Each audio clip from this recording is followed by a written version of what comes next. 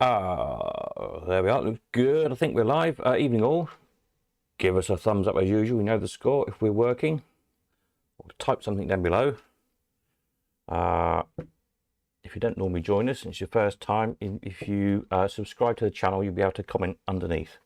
It's just to stop spam people, etc., from posting rubbish. So that's why just subscribe to the channel and then you'll be able to join in the live chat underneath as we go along. I'm not sure how it shows up on mobiles and tablets. I think I know some people watch it that way. It's easier on a computer, especially if you try to type stuff. But there we are. Right, that evening, David. Hello, Steve. Happy New Year to you all. Indeed, indeed. I've got a lovely black eye. Look, it's actually not too bad now. I won't zoom in too far because it's pretty horrific the past couple of days. The joys of DIY. There we are, never mind. Let me just rearrange my screen here a little bit so I can see everything I need to look at. That evening, Paul. Yeah, oh, hang on a minute, I've got another email. Is that another picture? Bear with me a tick. I don't think it is. No, that's all right. Okay, cool. Evening, Peter. Yeah, so thanks to everyone who's sent in pictures and things to look at. There's 50 or 60, I think, been sent in, so that's good. Some interesting stuff. I've got some notes on the pictures as well. So I've got about 10 screens I've got to juggle. I'm just rearranging them slightly so I can see what I'm doing, and then we'll fire away. Evening, Peter, Stella. Evening, Rob. Super duper. Right. Let's have a look at some pictures. Did we all have a jolly Christmas? Comment away below. Hope you did. Mine was spent plumbing and installing wood burner, etc., which is all working nicely now. And the black eye was because I very cleverly left a large socket wrench on top of the stepladder whilst working underneath the stepladder. Bit of a schoolboy error, and yes, hence socket wrench fell off and caught me right there. A great big scar there. I think I'd know better, wouldn't you, really? But never mind. I thought I was going to have to spend a Christmas Eve in A&E. Fortunately, eventually managed to stop it bleeding. Good bit of gaffer tape. Stuck it together and lived to tell the tale. Wishing everyone a happy new year before I go off to the pub. Oh, well done. Gary's off to the pub. Hang on a minute. We have some pictures here from Gary. Let's bring them up before he goes to the pub. Hang on a moment. What have I done with pictures? Gary pictures. Here we are. Evening, Peter. Yeah, so this is a pic Gary sent us of a black cherry bought off us earlier in the year. You may remember it was in a interesting colour scheme, a kind of sparkly charcoal and bright pink sparkly paint. It had been done very well, but a bit of a strange colour scheme, really. Whoever had done it had obviously spent quite a lot of money doing it. But anyway, Gary bought it and has redone it in its proper colours. Ta-da! Now looking somewhat better, you might agree, I think. In the traditional sort of silver colour case, and not now with a pink payout cup, but polished alley as it should be. So yeah, well done. That one looks considerably better than we sold it to you, so that's always good to see. And then he sent us a picture, look of him. Oh, isn't he sweet, on the Ladybirds ride. I was looking for embarrassing pictures of people. He said you won't be able to participate because he's off to the pub. Before and after the black cherry, I bought for you about a year ago. The last one was me on the Ladybirds, somewhere in the mid-70s. The good old Ladybirds ride. I've just been that busy the past couple of days. I haven't had time to look at any pictures out of my own, but somewhere there should be a picture. 4 years ago, would it have been now, probably? I took my niece on her first fairground ride when she was 1.5 or 2 or something, which was the Ladybirds ride, of course, at Billing Aquadrome. So that's quite good. There's a picture of me and her somewhere. I have to dig it out. It's quite sweet. There's probably a picture of me on the Ladybirds ride as a kid somewhere, I expect. There's probably a picture of all of us on a Ladybirds ride, I would think. When he was blonde, I was blonde when I was little, funnily enough. Blonde and now bald. There you go. When I was little, I had loads of hair. Depressing. But hey ho.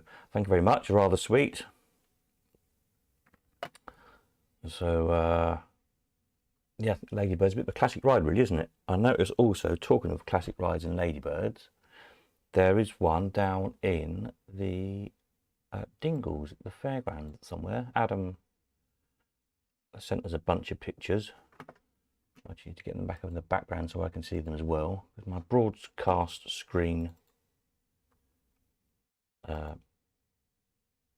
broadcast software, as it were, is quite small, so I need to have another screen up in the background that I can see. That's better. Right, hang on a minute. Adam Brown, here we are. So these are some pictures Adam sent us of how Dingles is looking this year, with lots of lovely artwork all up on the walls, etc. Hopefully we'll still get around to doing a meet-up down there. That's the intention. But yeah, like everybody else, there's been an awful lot going on, and we just didn't get quite round to it at the end of the year like was the original plan. But never mind, there's always next year, isn't there? Anyway, yeah, so Dingles here, down in Devon. He click another picture up. Oh, it's interesting. They come in a different order as usual. I don't know why it does this, but it's quite frustrating, so bear with me. Let me go down to here. What have we got here? Yeah. Cordona's Palais de Danse, yeah, off the cakewalk. Rather nice bit of carving, that, isn't it? Wouldn't mind owning that. And a tank. Not sure what the tank's off of. Is it one of those supercar ones? I'm not sure. Might be. And then we've got all these lovely wall of tickets. Tickets galore here. Where's this picture here, isn't it? Got some nice Duffield stuff up the top there. Interesting. On the sort of on the back wall there, the second one down. You can't. I can't make a mouse come up here, can I? But on the left of the picture, which is that way, you've got a little circle one at the top, then the one down underneath that, which says, what does it say? I can't see. Better game, better sport, better try it. Nice Duffield ticket. I've got a couple of tickets. Very similar, different slogans, but the same. I'm sure they're the same shape and design. I'll have to find them. Don't know where they are. But yeah, a lot of nice stuff there. I'd quite like to own all of that. You notice also at the top there you've got civility, up-to-date, or up-to-date amusement, civility, service, courtesy, spelled a good old showman's way, C-U-R-T-E-S-Y, no O in it, and fair play. Love a spelling mistake on a fairground sign. They're always fun. You get quite a few, especially on the kind of showman's own done ones, if you like, rather than the professional ones, as it were. It seems back in the day, showmen weren't always the best of spellers. But never mind, who cares? What else have we got? Very nice. That's going to be a top off a speedway, isn't it? Motorcycle speedway. A bit of Edwin Hall by the look of it. Rather nice, we like that. With the clock tower in the background. Interesting. Is that Brooklands? It might be Brooklands, mightn't it? Kind of looks like an airfield, that clock tower in the background. I wonder if it's supposed to be Brooklands. It would make sense. So it says, love the bikes. Yeah, fab, aren't they? That real kind of deep perspective. Imagine when that was, what, 20 foot up in the air. You're looking at it from kind of underneath as well. So the perspective then works better on it. Very nice, yep, like that. Oh, what else have we got here? We've got another wall full of stuff. Looks like red fowl at the top there, Somerset, or might be Edwin Hall. Some Galloper top centres. Bolts of white legs. Bit of Duffield down the bottom there again. The circle I imagine is a hoopla centre, ceiling centre. Got one somewhere, something similar. Can't think what my one's got on it. Birds, I think, like clouds and birds, if I remember rightly. Don't know where it is. Might have even sold it. Who knows? Oh, this is rather fab. This is Adam's ERF. It's the only surviving works-built ERF showman's tractor. Isn't that absolutely amazing? Very streamlined. It's a big generator in the back. Yeah. It's taken 21 years to restore it. And it's now up and running, and I want it. Fantastic, isn't it?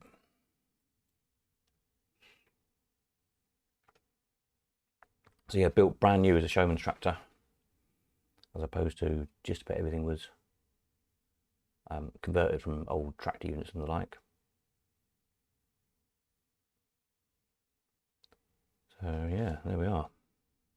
We like that one.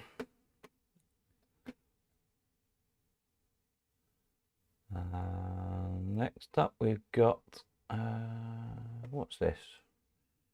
A rather nice stool. I'm going to get a bigger one up in the background so I can read it. All English, or Hitchens. Oh no, Hutchins. Hutchins's. All English. I think they've got the two bottom shutters the wrong way around. Possibly. Ball in the bucket in a cards game.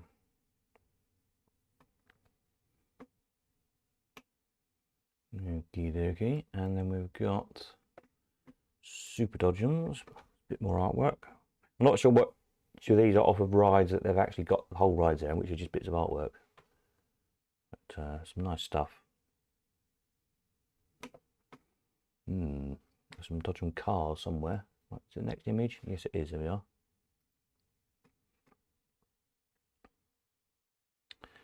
Rather lovely metal bodied.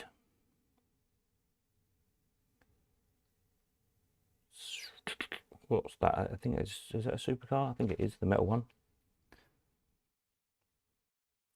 And then the blue one behind it, the fiberglass one, is a supercar. Sold a load of those to John Carter back in the day. They're the ones that are now on the track. Joby restored them. And you see in the background there, Ladybird. Just to the top right of the picture, above my head as it were, as you're looking at it now.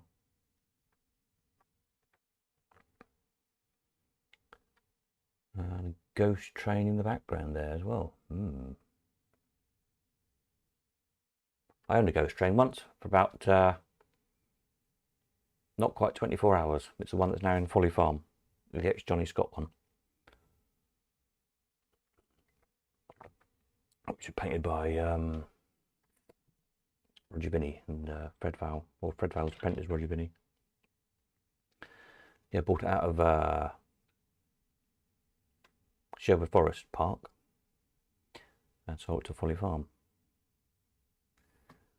without really looking at it properly. And then when I sold it, I kind of wished I hadn't done, because it's rather fabulous. As if you've been to Folly Farm or looked on the website and have seen it, you'll know. It's a very lovely thing.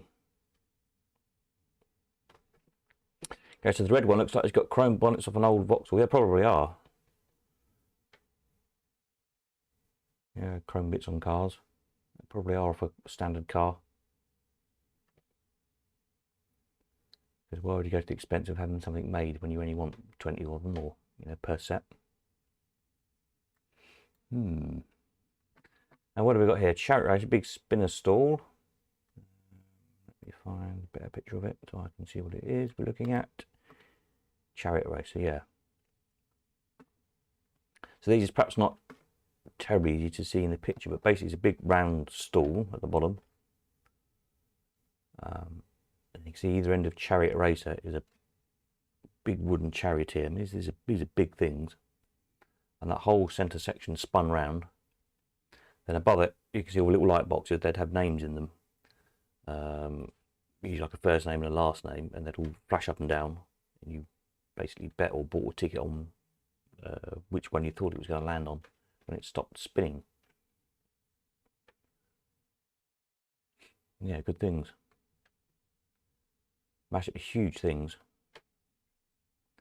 And not many of them around, but some had big carved in them. Yeah, horses and chariots, dragons, rockets, various different things. The spinner centres.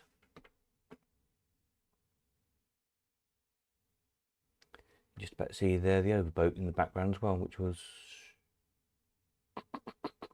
Colin Thorpe's, wasn't it? Restored that.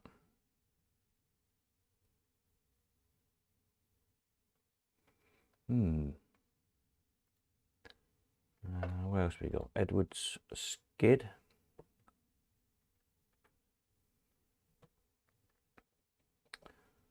Very nice. Was packed away for years and years and years.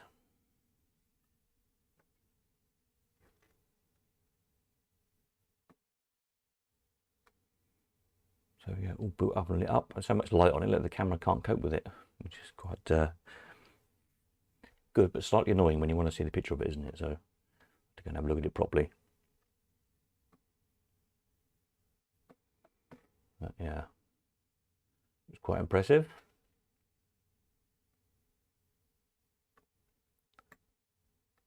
And then we've got nice sweet stall. It's very interesting. I was looking at the bottom shutters on this. I'm sure we've sold some artwork of a very similar design to that. Those corner things. Right, brandy snap, toffee apples, etc. Yeah, I'll have to look that up. Might be a stall that went with it or something. Interesting. There we are, we like that as well. And I think it's just about the end of these fairgroundy pictures. Then we'll look at some slot machiney stuff. What have we got here? That's this image here. So these bits of the Edwards gallopers, I assume they're the shutters, bottom shutters off the gallopers, centre shutters, and the bits on top are probably the centre drum droppers, are they? I think they look like they might be upside down. I'm not sure. And two rather fabulous banners as well. They're very nice. The horses of the Edwards gallopers. Years ago, I remember when they built the gallopers up at the Science Museum down at Rowton Airfield. Went down there to see it. It was not long after they bought it. Amazing thing. It'd been packed away since the 30s, was it? I think. And yeah, beautiful. Last time I saw him seeing it. And this one is this one, which is more of the same, I think.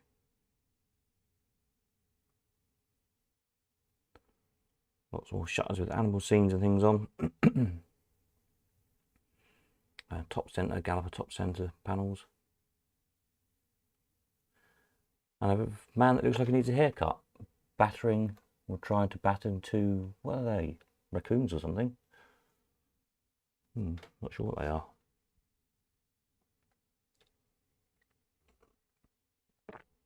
Oh, a lovely banner, isn't it? Isn't it fantastic?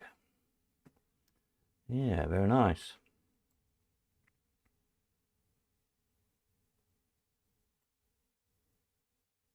Oh, there we are, yep. So that's the lot from, I think, We're back to the start, aren't we? Yeah. So yeah, that's all stuff down at Dingle's. And Blood Adams, rather lovely ERF lorry. Right, let me go back up to here so I can see what I'm doing. What should we look at next? Let's have a look. Let me see what else we've sent me. Gary Petley, now he's not on tonight because he's gone out to a 007 themed party apparently. Very nice too. Let's have a look what he says here.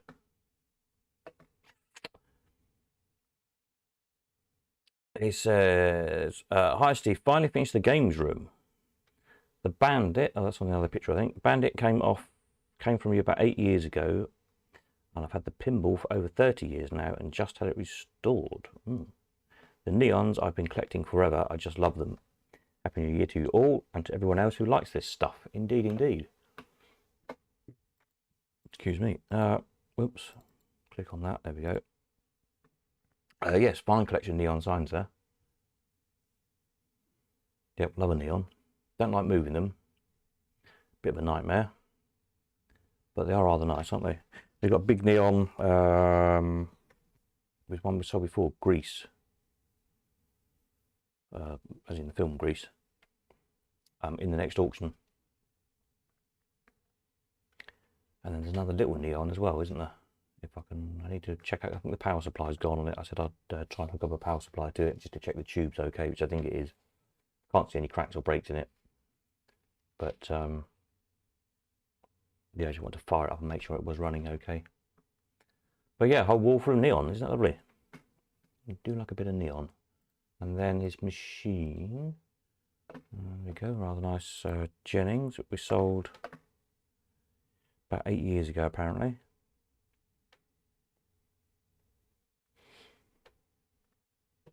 And a ground shaker pinball, which has just been restored. And some more neon. There we go. Gary's games room, all done and finished. Very jealous. Another games room, and I still haven't got mine organised. Never mind, one of these days. One of these days we'll get organised. Right, what should we have a look at next? Hang on a minute. Let me just see here. Robert, yeah, Robert's on, aren't we? Yeah. In a minute then. Let me see. Robert here. Robert Rowland sent. Click on there. There we go. Bring it up on here. Bump. Here we are. Robert says, hi Steve, I am the guy that does the fun videos of slot machines on YouTube. I currently have 56 videos on my channel. Check it out when you have the spare time. Username is Supershot Roller Rob. A few of your regulars do know me. A couple of interesting pictures for tonight's show. First picture shows a machine you said you'd like to see called Twinkle Toes. Yeah, somebody wanted a Twinkle Toes, didn't they? It's on the wants page. So this is Twinkle Toes, and here's the inside of Twinkle Toes. Some nice gubbins.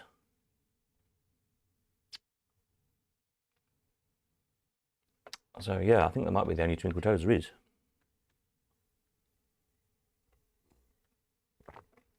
I think the picture we've got on the website, which somebody sent, let me just bring it up in the background if I can find it. It's on the wanted page, isn't it, somewhere? I think someone sent that to me to say I wanted to buy one of these. I think it might be the same.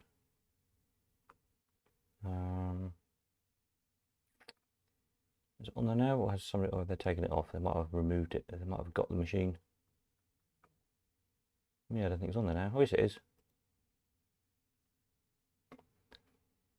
Let me just hang on a minute. Let's go back over to the website, which is here. Here we go. Twinkle Toes. Twinkle Toes. Here we are.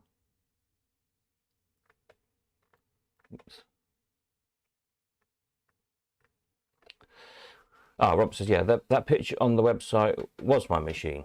Well, was as in you've sold it and the one you've got now is another one, or was as in it's all the same machine? That's what I was trying to work out. Is there several of them around? I've never seen one. Oh, now I've lost what page I'm on. Ah, duh. Hang on a minute. So many things here on the screen. There we are. That's what I was trying to look at. Yes, it's definitely the same machine because the wood grain matches. But it says Twinkle Toes is very nice. Love that ERF tractor unit too. The ERF is fab, isn't it? Oh, Ross says, yeah, the guy visited me and took the picture here. Oh, right, okay, yeah. So I think you've got the only one. I don't know another one unless you do. But whoever wants it is now offering up to £1,500 for it. So it's obviously quite seriously, yeah,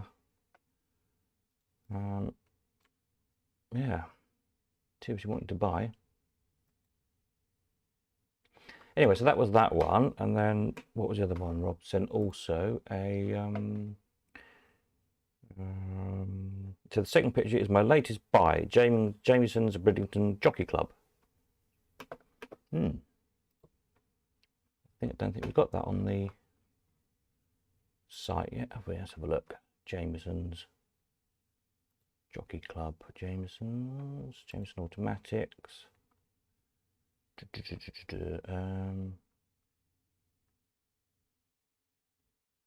Greyhound, JK. No, haven't got that one listed down. That's nice. Another machine we haven't got. Jockey Club. The usual sort of thing, flashy light thing.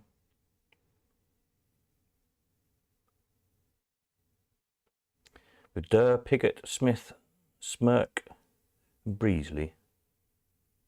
Despite living just down the road from Newmarket, the only jockey of those I know is Piggott, I have to confess. Used to bump into him in the bank now and again, Barclays. Before he had that spot of bother with the Inland Revenue. He'd be quite often see him in the bank, funnily enough. Yeah. So there we are, Jockey Club. And the inside as well of Jockey Club looks like that. The standard sort of thing with the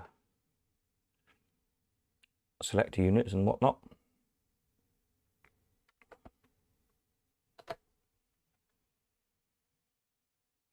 Peter says, saw a Jockey Club on eBay recently. Maybe that's it.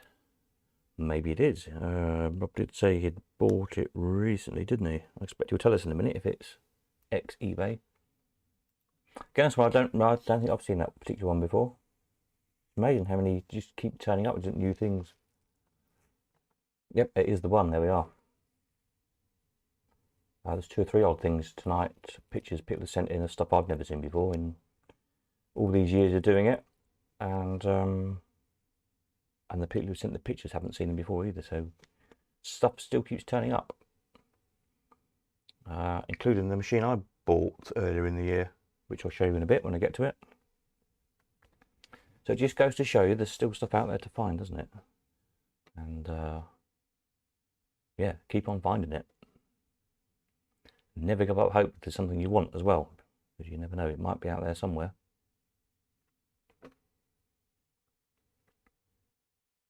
So yeah, there we are. So that's another machine we didn't know of before.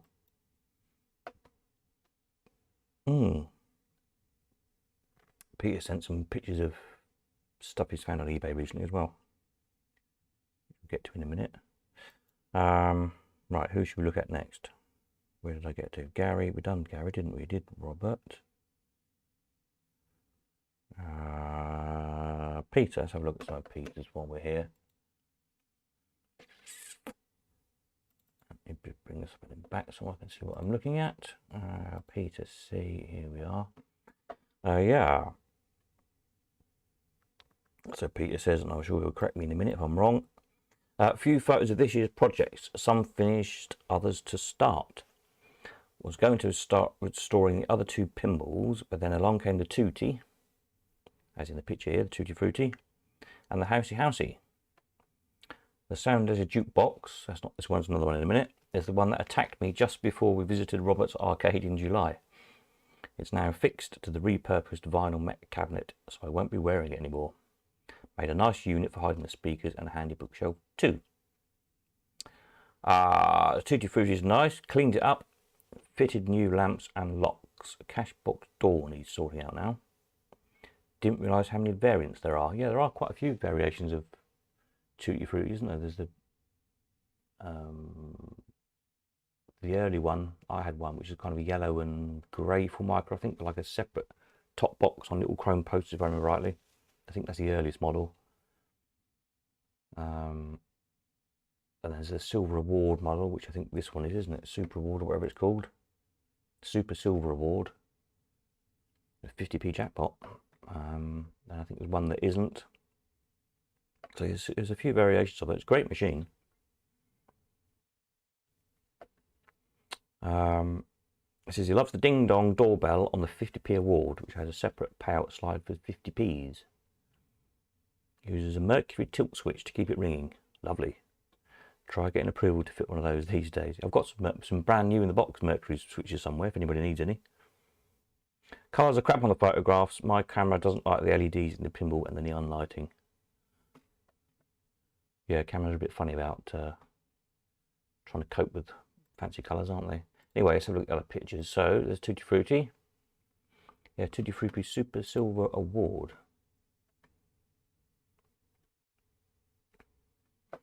So what do you have to do to get the 50p's? Oh, 50p's on the bottom line. Oh no, there's 3 lines of 50p's.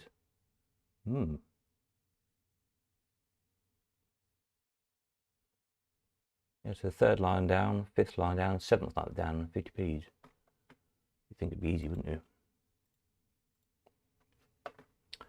And here is Housey. Who made that one? Did it say on the glass? Oh yeah, JPM.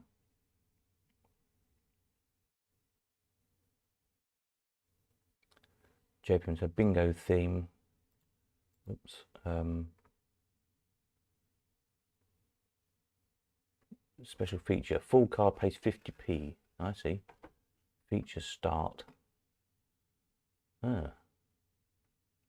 When the reels start advancing, catch as many numbers on the pay line as you can with the yellow hole buttons. Use the buttons one at a time. Alright, to build up the bingo card. Then any one line pays 10p, 2 lines pay 20p, and a full bingo card pays 50p. There you go. Peter says, Robert very kindly invited myself and Paul M to see his collection just before Christmas. And well, it is really quite something to see a whole collection of this electromechanical age machines. Yeah, there's some brilliant machines. I've often said it's quite a short period of time, isn't this electromechanical stuff? You know, sort of 60s to early 70s or late 50s, mid-late 50s to early 70s, when the electronic stuff came in, it all was just, you know, kind of old hat very, very quickly. So it's a real kind of short period of time. I also think once the electronic stuff came in, it made the electromechanical stuff look very old-fashioned very quickly as well. Because it's just a complete leap again in technology, really. And so not much of it survived. It just got chucked out because I suppose it just was, nobody wanted to play it. They wanted the latest electronic stuff. A lot of it was big, bulky as well. And yeah, so I think that's why a lot of it is just so rare. It's interesting to see, you know, we keep finding, like tonight, there's a few things I've never seen before, and other people haven't seen, new different variations on things, different games. How much more there is still to find of it. So yeah, good stuff. Paul says, and all in amazing condition. Well, that's always nice, isn't it? I'm jealous of people who have the time to restore all their stuff. I wish I did. What have we got here? Oh, this is another one of the Housey. Camera doesn't look too bad on that one, does it?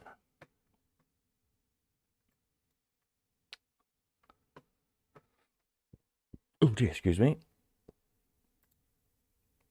Yes, Theatre of Magic. Good pinball. I used to play this down when I went down to Simon Drake's. Used to film Simon Drake's magic show. For those of you who are old enough to remember the Secret Cabaret TV show back in the day. And yeah, good pinball. Peter says, talking to Paul Jason recently, we know of about 4 houses. The real glasses are a problem though. Yeah. I guess it is the problem with that stuff, isn't the real glasses? A lot of it is the heat from the lamps, wasn't it? The crack all the paint off. The same as the pinballs. And it seems to affect certain pinballs as well, or the Gottlieb ones. I think when there's so many lamps behind the back glasses, there's so much heat. And you've got to remember that those glasses are, in the case of the pinballs, 50, 60 years old, 70 years old, or more, some of them. And, you know, just didn't last.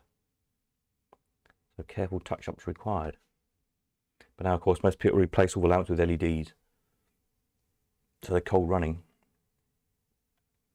And then you don't have that problem with the heat on the glass of the painted, and probably on the later stuff like the Theatre of Magic, where you've got the translights, the plastic, a printed plastic sheet essentially. No doubt the heat on those in time is going to start ruining those as well. So I know a lot of people with that era pinballs are replacing them all for LEDs to stop the plastics and the translights melting over time. Just the 2 pins Pete said is in line for restoring next. Can't see even what they are on this tiny little screen. What have we got? Oh, Scared Stiff. And the Getaway High Speed 2. Scared Stiff, that was on with Elvira on, wasn't it? You got the eyeball plunger there, look, that's quite novel. Yeah, vaguely remember playing that. So 2 more in the pipeline. Hopefully by next year then they'll be restored as well.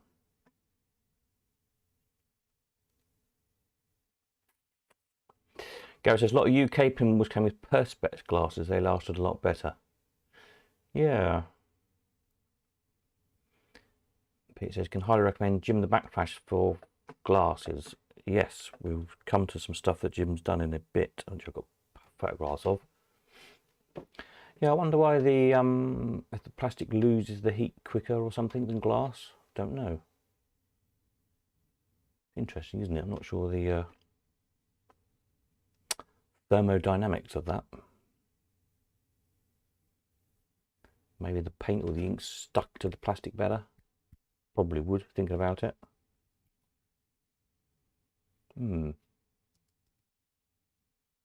Yeah, not sure on that one.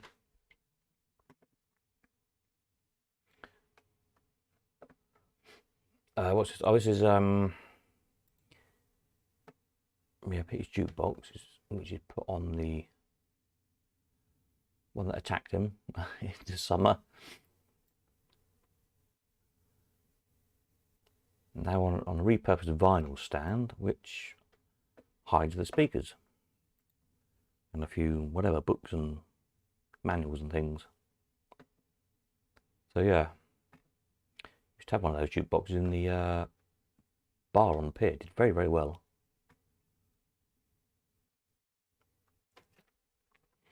Peter says the artwork on the house is between 2 sheets of glass and the real windows fog up. Could do to be reproduced somehow. Oh right, is it? We'll get back to that again. There's a bit of picture of it. Can't zoom in on here, but if you're watching this on a big telly, you'll be able to see it a lot better than I can. Yeah, the windows do look a little bit foggy on there. Between 2 sheets of glass. I suppose that stops the back peeling.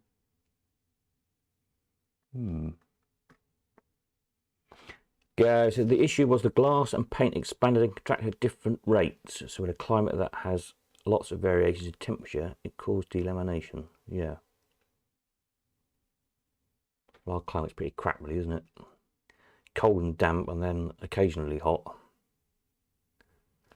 If you think of machines when they were out on site, in and out of sites all the time, they'd be in a hot pub for a while and then out and probably in a cold, unheated, damp warehouse for a week before we went back out on site again, somewhere else hot again, and so on and so forth for several years.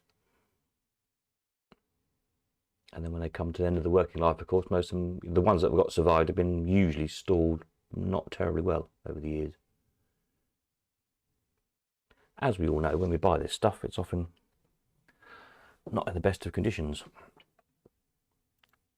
So there we are.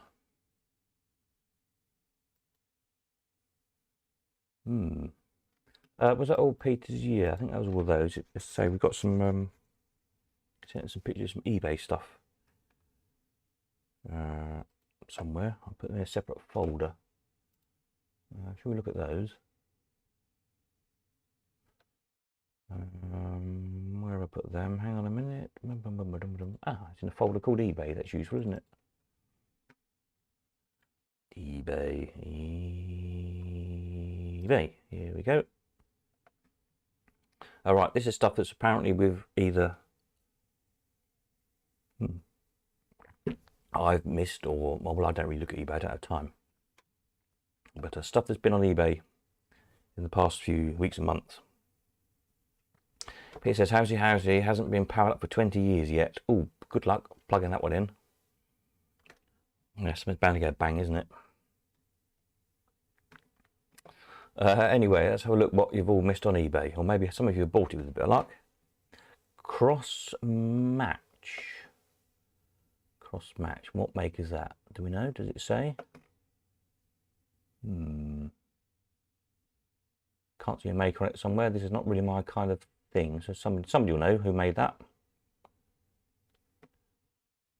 And if you know who made it, then I can add them to the website under the appropriate maker as well, can't I, in due course? Who made cross match? It's going to be Belfruit or JPM or one of those lot, isn't it?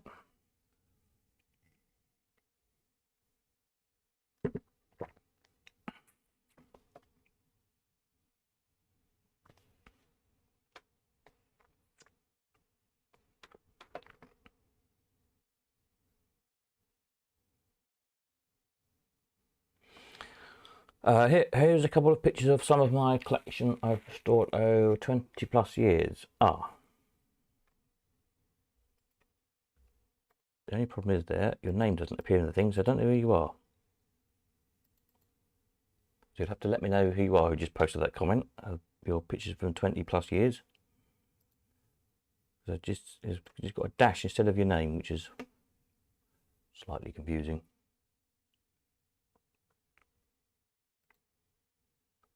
Anyway, in the meantime, if anyone knows who made cross match, let me know. Right, that's cross match. What's the next one? So this is stuff that was on eBay recently that Peter Cousins has been collecting up pictures of. There we go. What's the next one? That's this one. 10 up.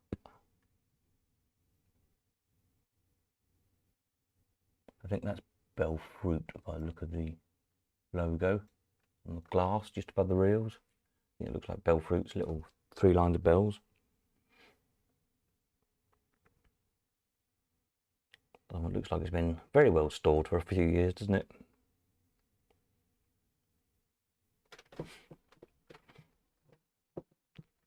It says no caps or rectifiers in the power supply, so it might not go bang. 50-volt lamps all round.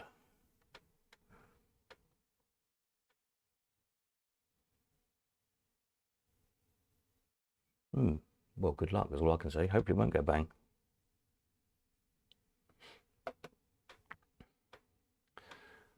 Ten up, yes, I think that one might be Belfruit. Somebody will know and correct me if I'm wrong.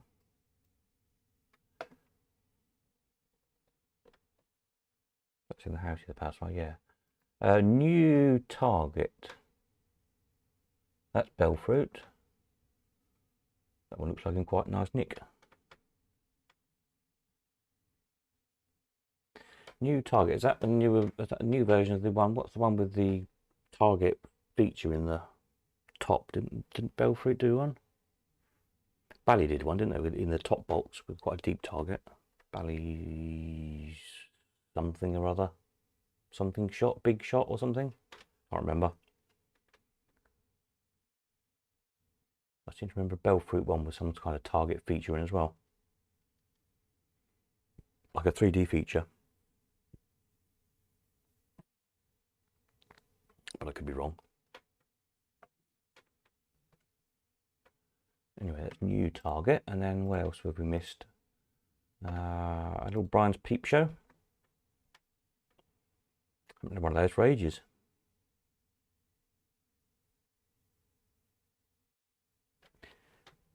Do you know what? That one looks vaguely familiar. Have I sold that one in the past? Let's have a look on the website. I think I might have sold that one.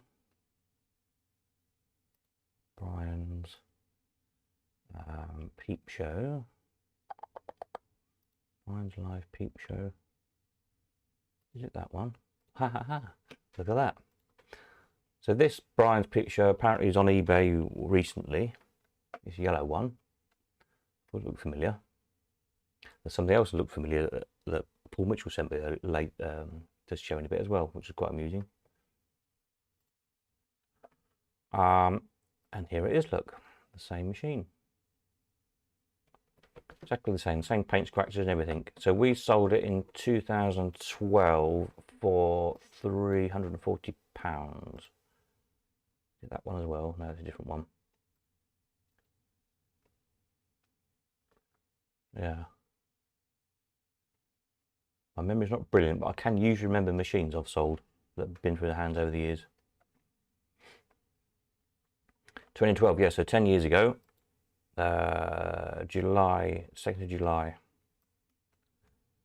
Full working order, old penny, retaining its original oil-filled timer mech, 340 plus the premium.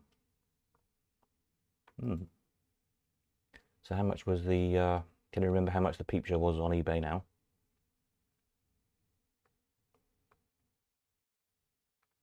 Oops, where have we gone? Oh, see, it's hang on a minute, it's gone back to the start. There we go, Peep Show.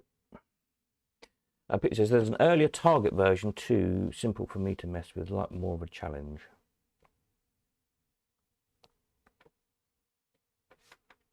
Yeah. Yeah, I thought I recognised the Peep Show. Here we go. Anybody buy that? Next up, a Tutti Frutti, another different version of it. So it's not like Peter's one with the silver, super silver award one. This is a, don't know, just Tutti Frutti. What ones have we got on the website? Bear with me a minute. Let me just have a look. The Cromptons.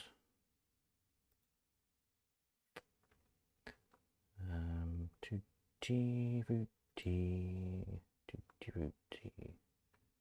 There you've got the early one. Yeah. So we saw a picture of Peter's Tutti Frutti Super Silver Award, and there was this Tutti Frutti.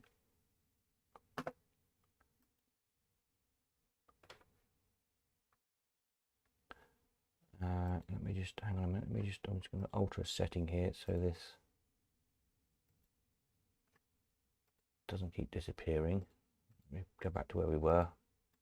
Sorry, folks. It's just I've got something set wrong. There we are. Tutti Frutti. That's better. And then there's this version, which I think was the original version of the Tutti Frutti. It has 4 lines in. Yeah, and the yellow and grey Formica cabinet with a little top flash on the chrome posts. So that was one, I had one of these. We operated one of these. This one's been converted onto 1P. So it's the same machine, yes it is. And yeah, there's the original flyer image of it. You see it's on old penny. Now the nice little chrome surrounds around the fruit symbols with the later versions like this one that was on eBay. The symbols were printed onto the glass. So obviously made it for quite a few years, Tutti Frutti.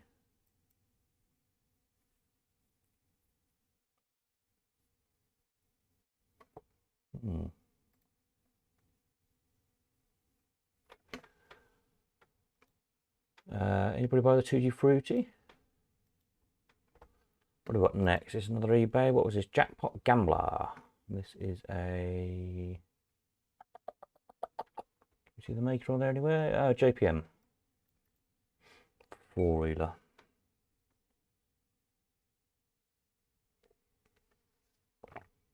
Club machine up to £40. There we are. These sort of fruit machines don't do a great deal for me, I have to confess, unless they've got interesting features on, or really nice artwork sometimes. But I know there's a big, it seems to be a good market for them. They make surprisingly a lot of money. Paul says Crompton's did a gold award Tutti Frutti with 10 lines in the 60s as well. Wow, so it's at least 4 different versions of Tutti Frutti. Then I'll have to update the website and put them all on. The different ones. So we started with a 4-line one. We got that 5-line one, the 7-line was it? I think the silver award one. And the gold award 10-line. That must have been, I don't think I've ever seen that one. Jim says, evening folks, watching you on my phone while the computer is frozen. Oh dear, oops. Evening Jim. Got some of Jim's handiwork to look at in a bit. Very good it is too. What other machines we missed on eBay? Ah, this was interesting. Look, never seen this before. Starline. Anybody seen this? Anybody know who made it? Anybody got a clue? Seems to be a simple light flasher. 3 reds, 3 blues, or 3 yellows. Win 3, 6, and 9, respectively.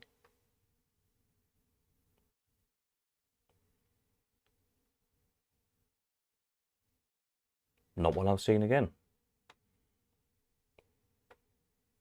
Looks like it's an old penny. It looks like an old penny-sized slot on it.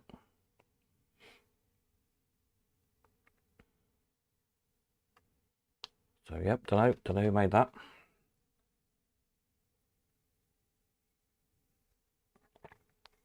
But another intriguing electromech. If anybody knows, let me know. If anyone's got one or anybody bought it.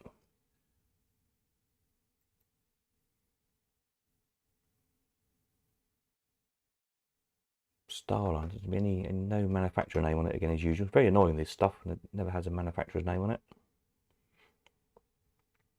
How are we supposed to know who made it? And a Autofruit, Jameson Autofruit.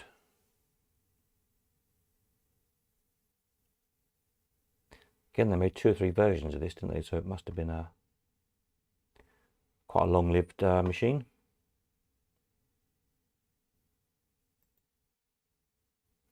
There we go. Right, what should we look at next? Where do we get to on my little list? Peter C, that's that lot. Gary, we did. He was going to go down the pub.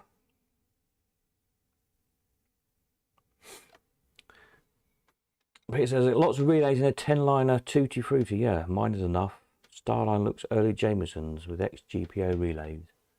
I imagine it is, isn't it? It does look very Jameson. Kind of ilk.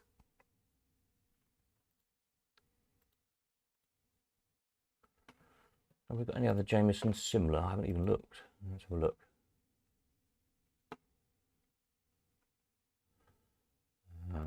Let's see if we can track it down. It's Crompton's. Jameson. A sort of curvy case. What have we got similar?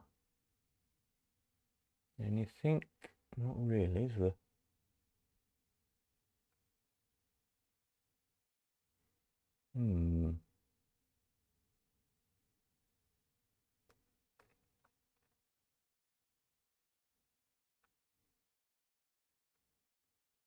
A lot of them built very similar stuff, but there is that kind of cut out perspex-y.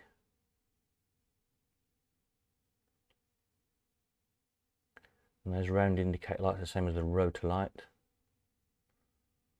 The same payout slot, the same coin entry rather. It could well be.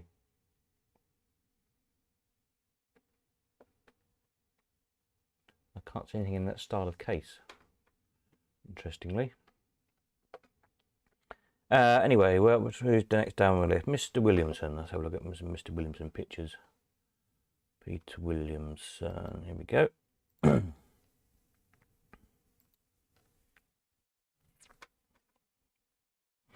Peter says, didn't send pic of inside, but looks like a Jameson from Uniselector and Relays. Ah, cool. Well, send me a picture of the inside. Did you buy it? But yeah, any pictures of insides of any of them, I'll add them all on the website then, and then eventually one day we might track down who made them.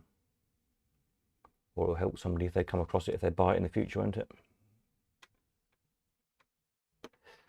Anyway, over to Mr. Williamson's. His Chinese crystal gazer. It's finally out on site this week and very popular. Question for everyone, who made it? Good question. We don't know, do we? So this now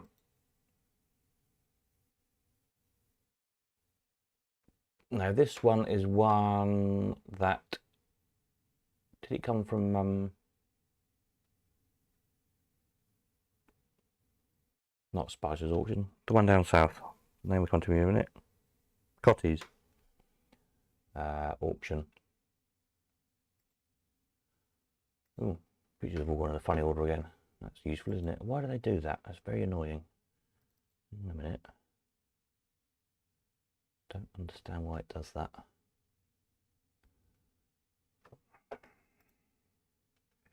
Very strange. I name the pictures in the same order I want them to appear in, and for some reason the machine mixes them up.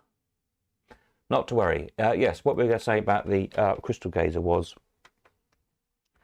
Peter's had the either side of the buddy, see those like the pillars of the temple he sits in were missing on Peter's, so I don't need my machine to get those cast from. Peter managed to track down a good little foundry up in Norfolk, so if you want any bits making, get hold of Peter, I'm sure we can put you in touch. And then on top of the crystal ball, which is actually an aluminium ball, but you look into, there's a little round like eyepiece bezel, which was missing on mine. So while Peter had them to bits, he got that made for mine. And then the top glass in the little roof, mine was hand done, and Peter's was either missing or not right or something. But I'd got from somewhere, I can't remember where I got it from, a copy of the correct artwork for it, but on paper, or transfer was it, or something, anyway, whatever it was. So Jim did those for us, looked brilliant, lit up. So Peter's all finished and lovely and now out on site. Mine is back here home in the hall here. If anybody has been in the past few days, you probably tripped over it, and I ought to get around to restoring it before it goes back in the shed, but I don't suppose I will realistically, because I'm very, very busy at the minute. But at least now I've got the bit for it. Thanks. And I've got the glass done. And Peter's got the bits for his made, and his is working, so it's two machines of are complete now at least. Just mine doesn't look quite as nice as Peter's does at the moment.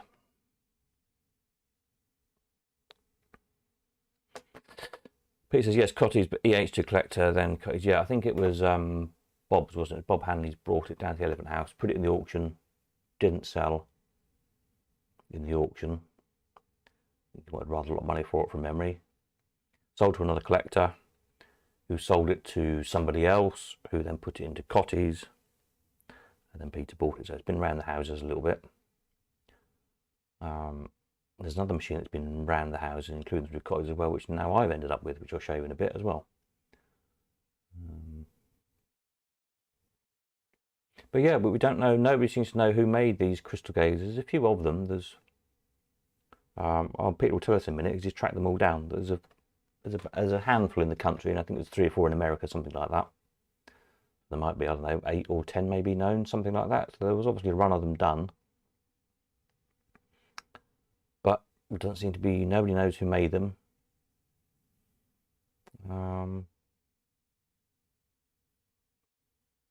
yeah, any ideas? If anybody knows, then let us know. They're a metal cabinet if you've never seen them. The bottom is like tin, steel cabinet. Then the top is all cast aluminium.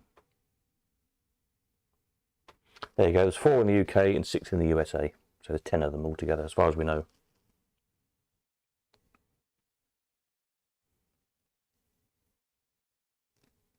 So there's Peter's, mine, Tony Atkins has got one. Oh, I think Kevin's got one up north. I think there's a 4 in the UK that we know of.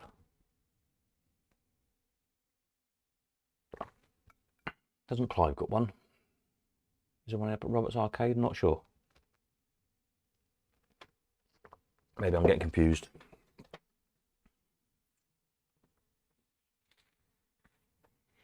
So yeah, quite a rare thing, but another little thing. You look into the crystal ball, put your slider in.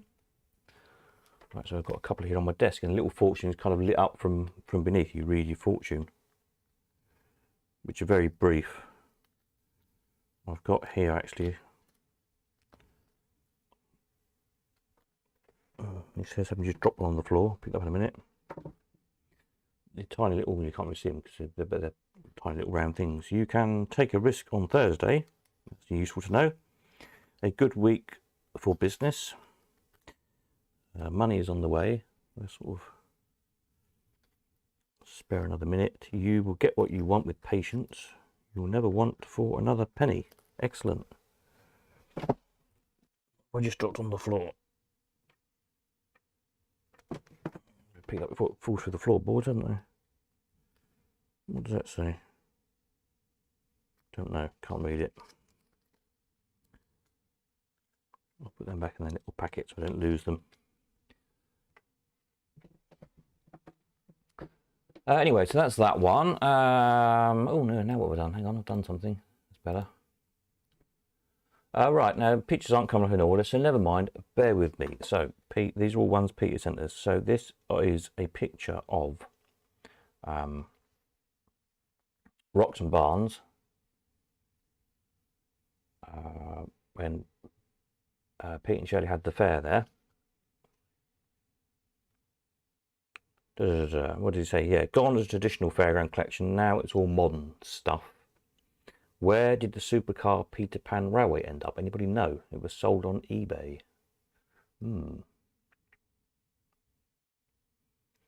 Anybody know what happened to that? I don't think there's many Peter Pan Railways left in the country running, is there?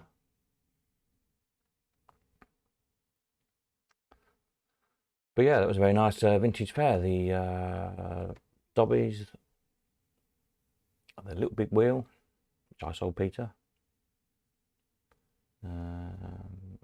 His Penny Arcade is roughly in the middle, I think, of that big line of building at the back. And there was the Hillbilly Shooting Gallery. Again, which I sold Pete. That came out of, I bought that out of Coral Island up in Blackpool. It was the biggest one Pan ever made. I think it's 15.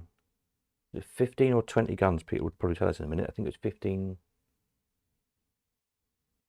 I think it might be a 15 gun or 20 gun. So it had a lot of effects for it.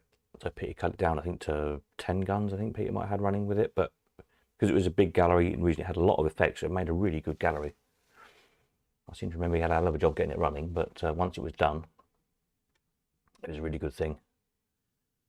With all the hillbillies, you know, the man in the bathtub and the man in the toilet and the barrels falling over and shooting each other and all that sort of thing. If you remember the hillbilly shooters, brilliant things. Still take good money today.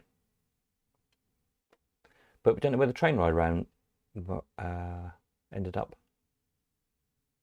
Anybody knows? Let us know. What else? Clacton Pier book. This is a new book apparently. Highly recommended. Peter says I haven't seen it yet. So one on my Christmas present list to myself. Clacton Pier, the first 150 years. So yeah, let's get that ordered.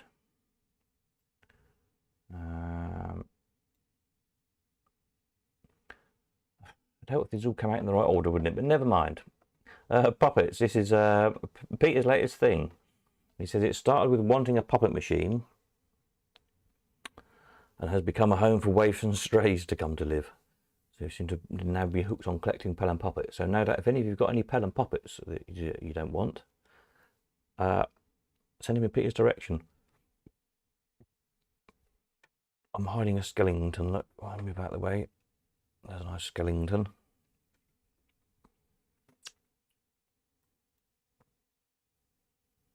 Another bunch. What am I in the way of here? Look. Little man. Description. Green witch. That's quite good, isn't it?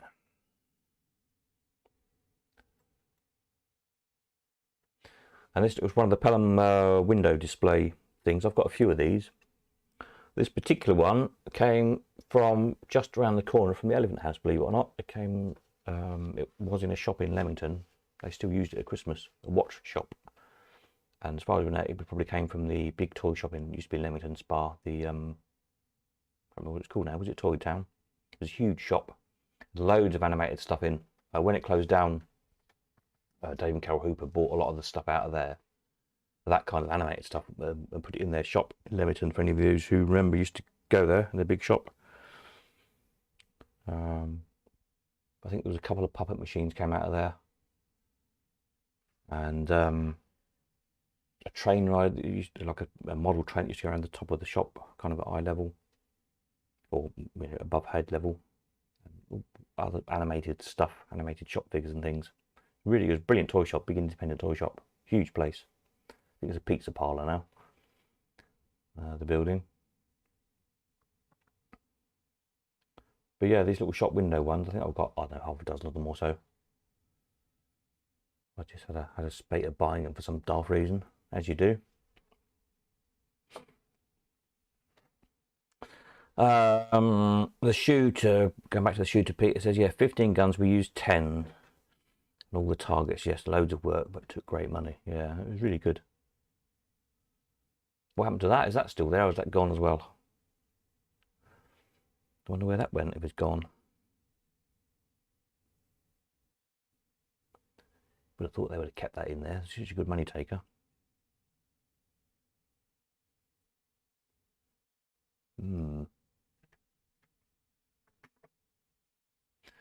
Anyway, that's puppets. This is the Crystal Gazer now on site in Wroxham at the model railway place.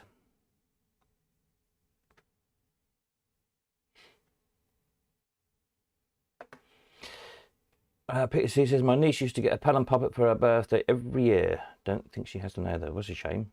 But he got quite a nice collection of them.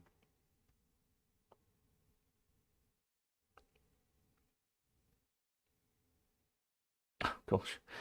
Peter says, referring to the hillbilly shooter in the skip. When the new owners took over, it lasted 2 years. I suppose they didn't bother to maintain it, I guess. Didn't look after it. What a shame. Such a good thing, such a good money taker to not look after it and throw it in the skip. Mad. Jim says, played it many times with the kids at Wroxham. Yeah, it was a good thing. I always loved them as a kid. And yeah, I was going to put one in on the pier, but I bought one. Well, I bought two actually. I bought 1.5 from out of Dreamland in not out of Dreamland, but off of when what's his face owned Dreamland, and I don't know, the big arcade in, what's his name, Godden. Yeah, I bought his ones to put on the pier, but there we are. That went a bit wrong. Never mind. Another one of Peter's latest acquisitions, lovely machines. These, Rotomatic crane.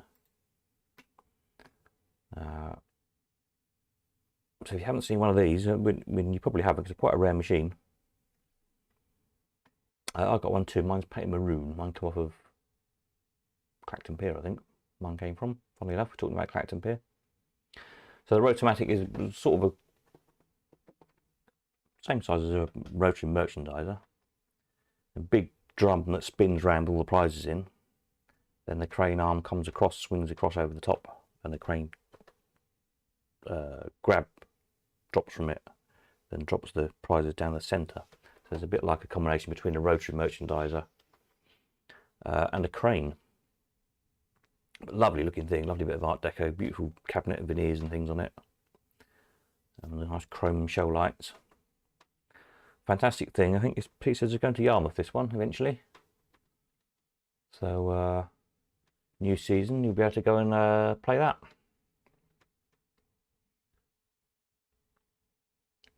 I think, yeah, not many of those. Might be the only one on site in the country. I think there's not many of them.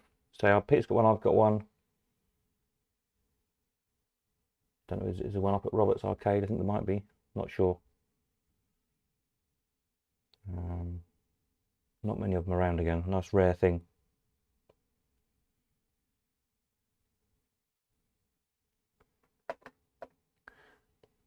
Peter C says, some people just don't care. My house almost got scrapped, parted. Yeah, stuff does, doesn't it? That's kind of slightly different when it's, you know, it probably was just in store, but when something has been restored and is on site and taking good money, just to kind of leave it to rack and ruin.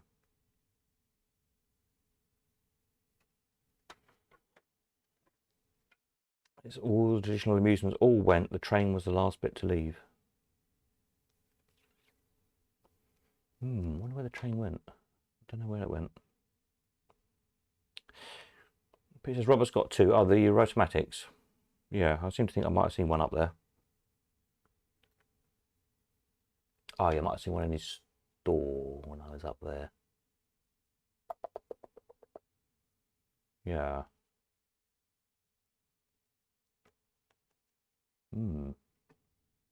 Yes, a lovely machine. I'm sure we'll look forward to playing that. A couple of giant wonders. So two more giant wonders finished ex Derek Stevenson collection.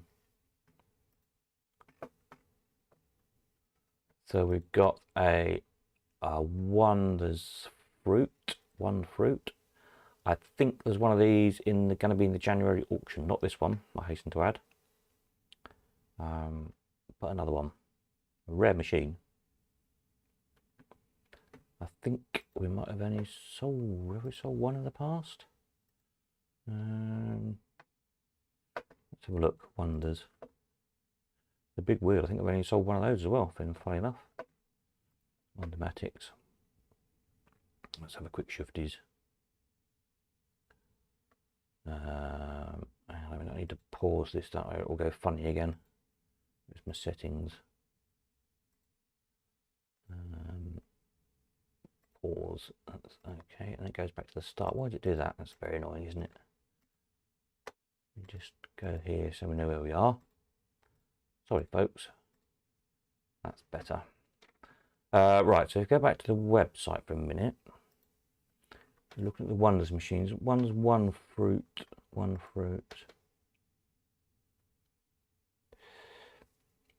Yeah, we sold one back in 2019 for 2001 plus premium.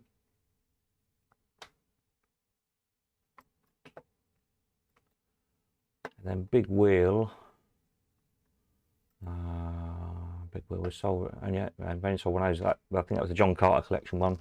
Yeah, that was 2000 back in 2016. It was John Carter's one, wasn't it? Again, rare machine. Yeah, I remember delivering that one. That went down to the south coast somewhere. I'm sure it did.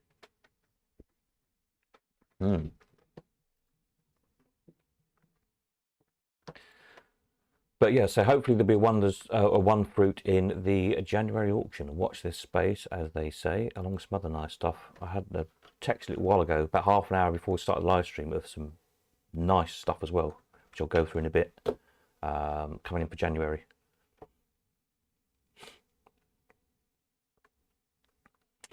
Peter C says, people often buy restored jukeboxes, get bored of them, and then they end up decaying away in the shed. Yeah, why do they do that? We've always had Jukebox is a tricky thing to sell in auction. People often ask about it. Oh, you don't get many jukeboxes. No, they just don't. I don't know why.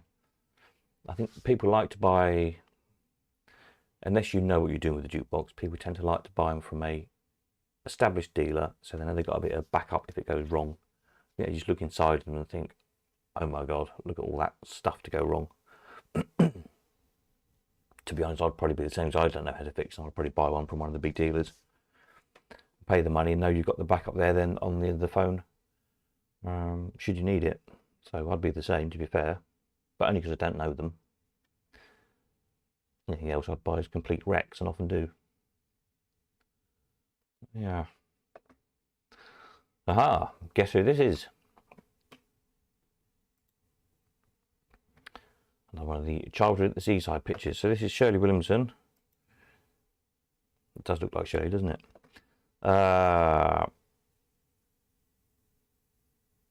It says, which seaside resort was this picture of Shirley taken at? Great Yarmouth, we think. Aged 8. Yeah, I don't know. You probably should be able to match up those railings, maybe, or the balustrade in the background.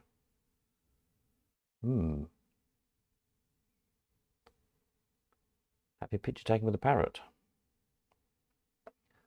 There we go. Another one for the. I was going to find some pictures of me because I just haven't got around to it. I've been so busy, so might delay the competition for a week or two. See if we can round up some more pictures. But yeah, if you recognise the seaside or whereabouts it is, we think it might be Yarmouth. Do let us know. Yes, it just confirms Great Yarmouth. Oh, well, there we are then. So when I do the interactive map thing, you see, we'll be able to put these pictures on. That's one of my projects for the new year to programme. Great Yarmouth with the, have your picture with the parrot. Stall, very good. Now, here's one of them me. Look, when I had hair, Peter had hair. I don't know what Shirley's doing in that picture, but I don't know. Let's have a look.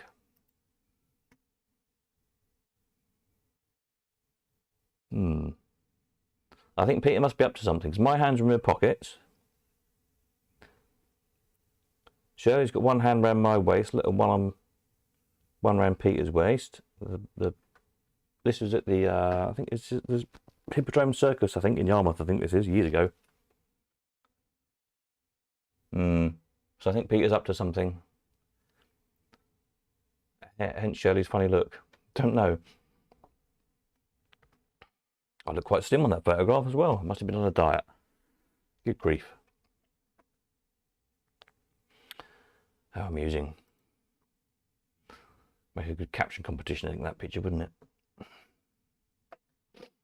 Hey ho. What else you got? Is another one that I think this is the Hippodrome again. We used to go there quite a lot.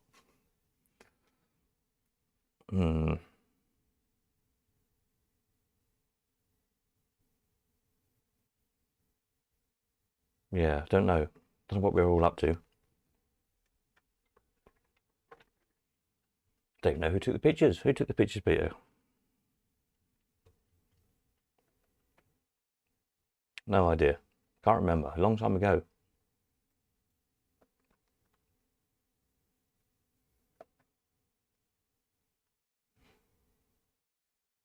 I've been doing the Hippodrome for years. I must go again. Usually quite a good show. Right, what else have we got? So all these pictures that come out in the right order would help, but not to worry. And this is Peter's 24 cup all-win. About to be put back together again. Yes, all those cups to screw on. Nice. With a new backflash that Jim's done. It says new backflash with the original ready for fitting tomorrow. Ah, excellent. So hopefully next Sunday we'll have a picture of this all finished and done and ready to go into the arcade.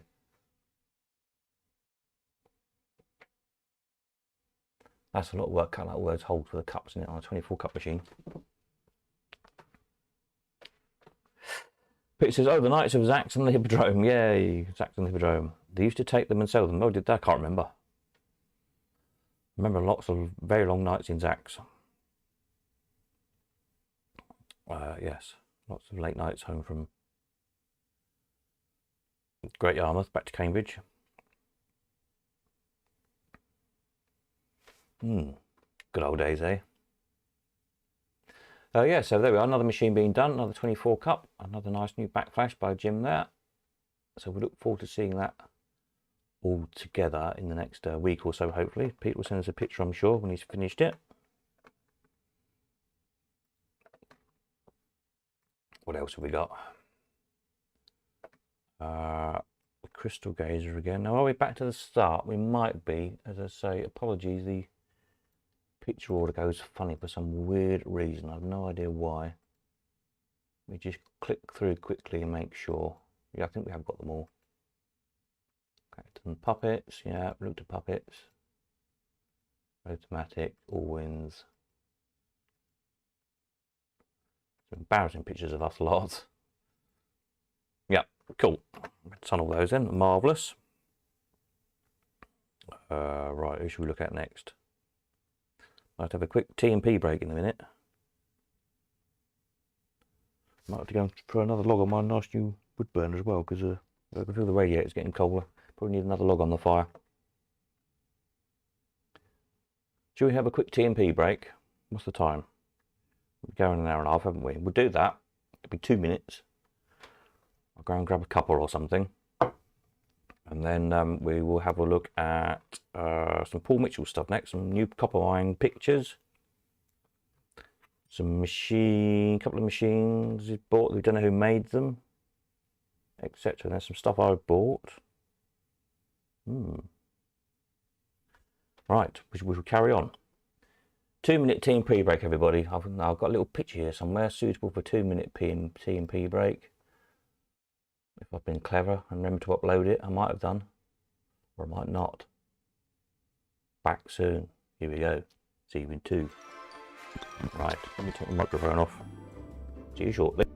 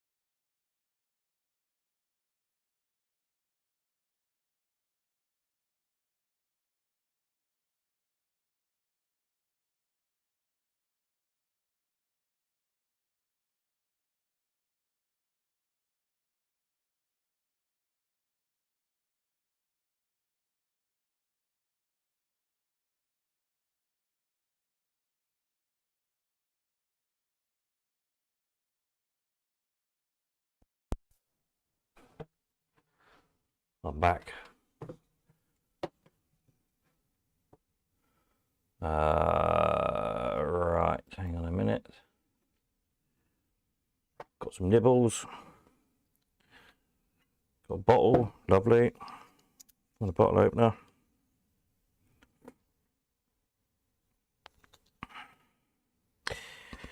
It says here somewhere.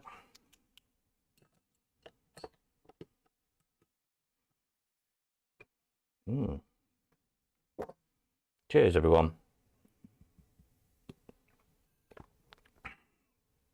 I've got raspberry flavoured ginger beer. Lovely. It's got an elephant on, look, crabbies. Oh, where's the camera?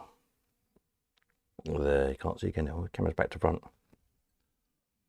It's very nice as well. Excellent stuff. Right, quick nibble. And then we'll have a look at what we're going to look at next. Sausage roll, lovely.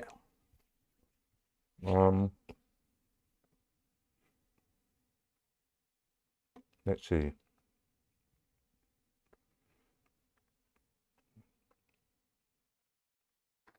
Where did I get to? What are we going to look at next?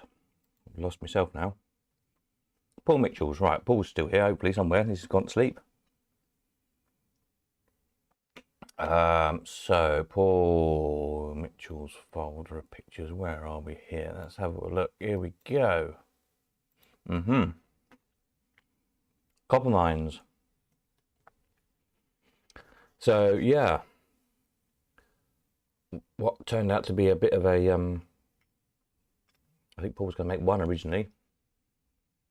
Turned out to be end up a bit of a production line. As you'll see, I'm not sure how many Paul has made or is in the process of making. Quite a few, 10 I think, or something. I'm sure we'll tell us in a minute. Of the copper mines, so it's made them, which is much more sensible really. The originals were double-sided, but single player either side, so quite a small thing. You had to bolt to the floor. Obviously, like any push, you want to push them over and so on. So Paul's made them single-sided. So you can screw them against the wall, put them against the wall, fix them to the wall, which is much more sensible, really. So yeah, they're coming on very well,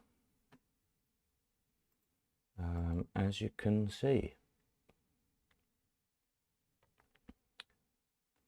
Paul says yes, hand them together. So yeah, if you haven't seen how they work, they push the pennies upwards. That makes sense. So you put them in the top of the play field, and they roll down the glass, drop on, then they're pushed upwards. So if you do nudge it, they actually tend to it rolls the coins backwards. It's hard to explain. Back towards the player, which is not where you win. You win by them pushing them uphill. So it's kind of inbuilt anti-cheat in the way that if you nudge it, the coins roll back downhill again. In other words, so you can't nudge it to win as such. But of course, it doesn't stop people banging them. But yeah, coming on rather well. There's a couple there being sprayed up.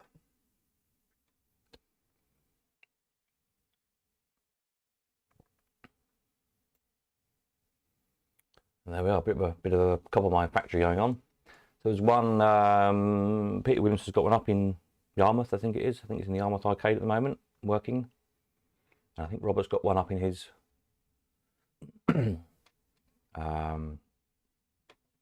up there in, what's the place called? We should remember, we went there in the summer, didn't we? Woodbank, up near Bradford, that's it. But the arcade up there.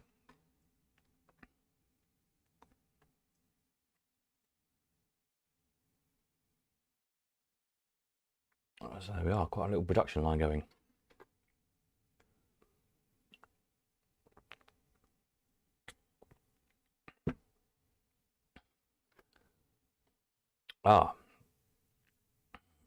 Paul says he hasn't finished Robert yet. Now, this is very interesting. Copper flipper.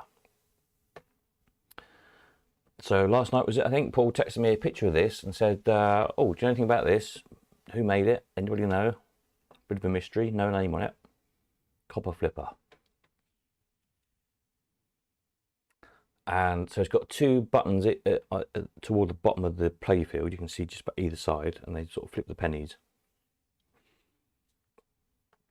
And I was looking at it, and I thought, it looks vaguely familiar. I'm sure maybe I've seen another similar machine, similar cabinet maybe, with that kind of blue Formica and the black trim. I don't know, something about it just looked familiar.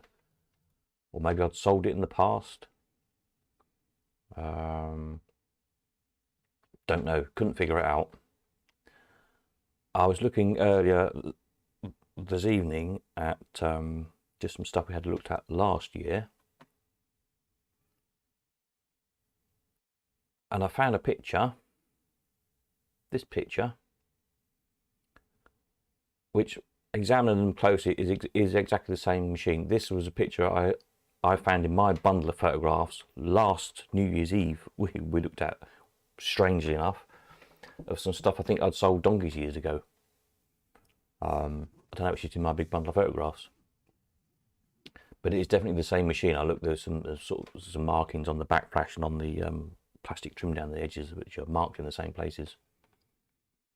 So yeah, there is probably still only one of them as far as I know, but don't know who made it. If anybody knows or has got anything similar and know who made it, we'd love to know. Would love to know. Elaine/Roger says, Happy New Year. Family just left, babysitting the 7-month-old grandson, so first ever New Year Eve staying in with a cuppa. Well done. I've had the cuppa. I'm now on the raspberry ginger beer. Very nice it is too. So even to Elaine and Roger and grandson. What's grandson's name? Oh yeah, Copper Flipper. So who made Copper Flipper? Anybody know? And the odd thing is, when we were looking at the payouts of it as well, very curious. Let me just bring up a bigger picture so I can see what I'm looking at again. Bear with me just a moment in the background. Yeah, you can. If you look on a big screen, you'll see, but if you're on your phone, you probably won't. But there's 4 payouts: Ace, King, Queen, and Jack, as you'd expect. But interestingly, the King pays out 10, the Queen 6, the Ace 4, and the Jack 2. So Ace isn't the highest payout. King is. Isn't that odd? Though across the top where it says payouts, you've got Ace, King, Queen, Jack. In the order you'd expect them to be in, really. But on the playfield, Ace is the 3rd payout. Very odd. Ethan, hello, baby grandson Ethan. Will he grow up to be a slotty? Let's hope so.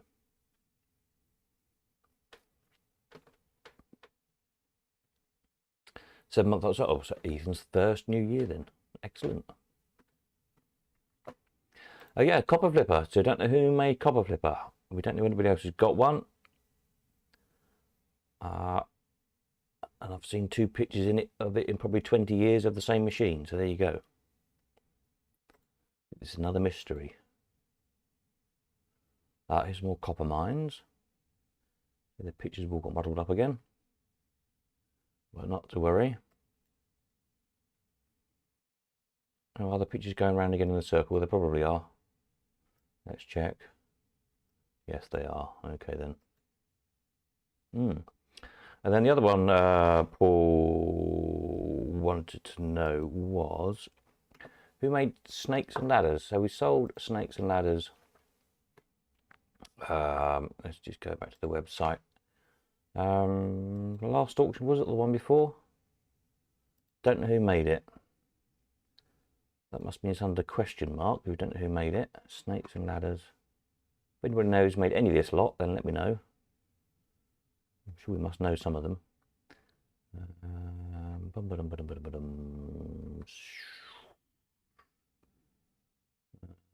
Why can't I see Snakes and Ladders? Snakes and Ladders, here we are.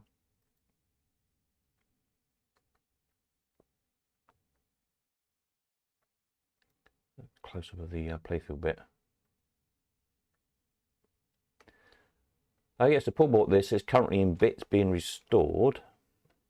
but we still don't know who made it. Fill any ladder up to win. So it's kind of like a challenger type game.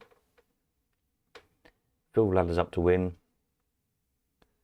And the pennies go down the snakes. Are they lost, or do you get to play them again? I'm sure Paul will tell us in a minute.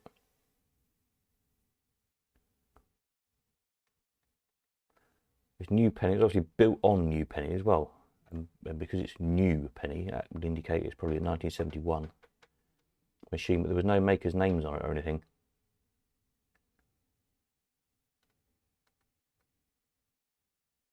So don't know. All these little bits of ladders and everything was all cut out perspex, all the lettering and snakes and ladders. Floor standing thing.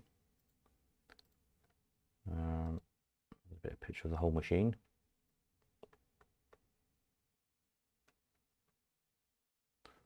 With a little step on it.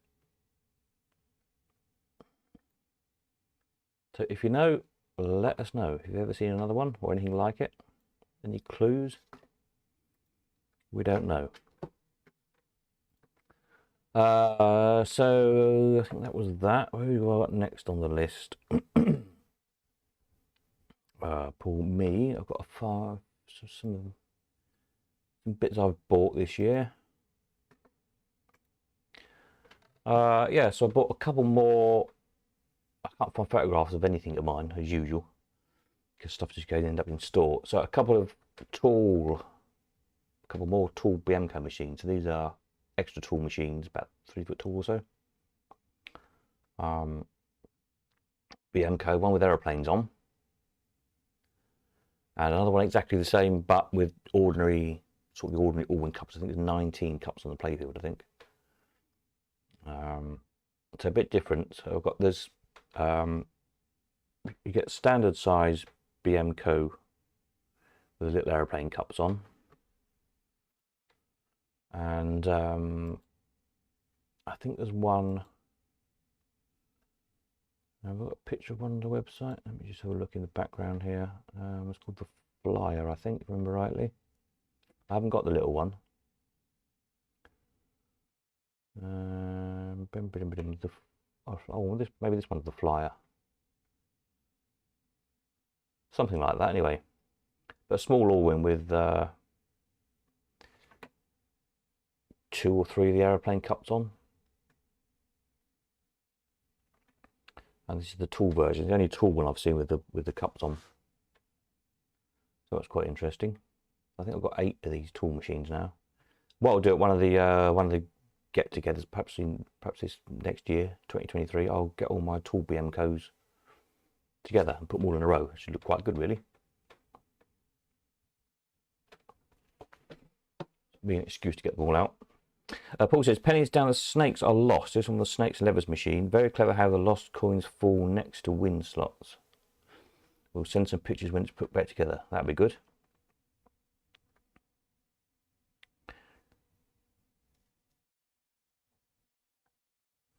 Yeah.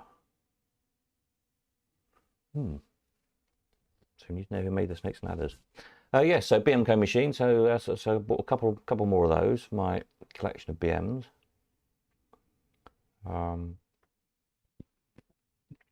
So I've got, yeah, these aeroplane one, cups one. I've got butterflies. I've got the French bagatelle one. Another bagatelle one. Bell bagatelle, I think it's called, with dings bells. Got moving stars. The stars spin when the balls hit them. I've got a double Allwyn one, so instead of, I've got double Allwyn side by side, and I've got a tall BMCO with one Allwyn above another.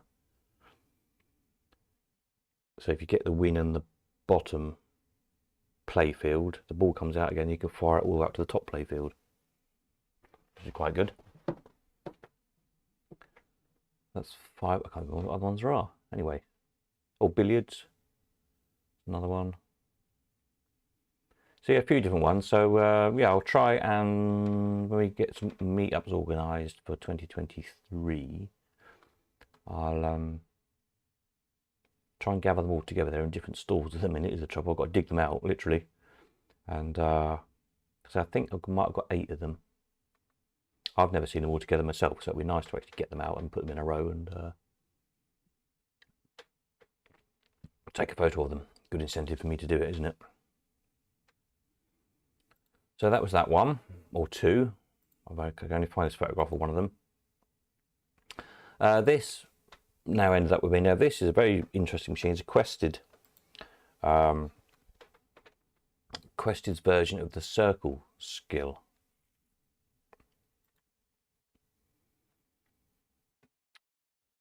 Now I think if we look at Quested's page, dual racer, that either is mine or I've got one. I took it up to, for those of you who come to the open day up at Roberts Arcade, I took it up there to show with another double all wins.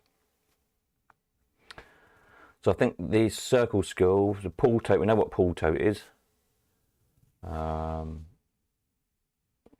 I've got an original one. There's 2 or 3 originals around, and then Pete Barson made there's very nice repros of them. Let's put a picture of an original one up.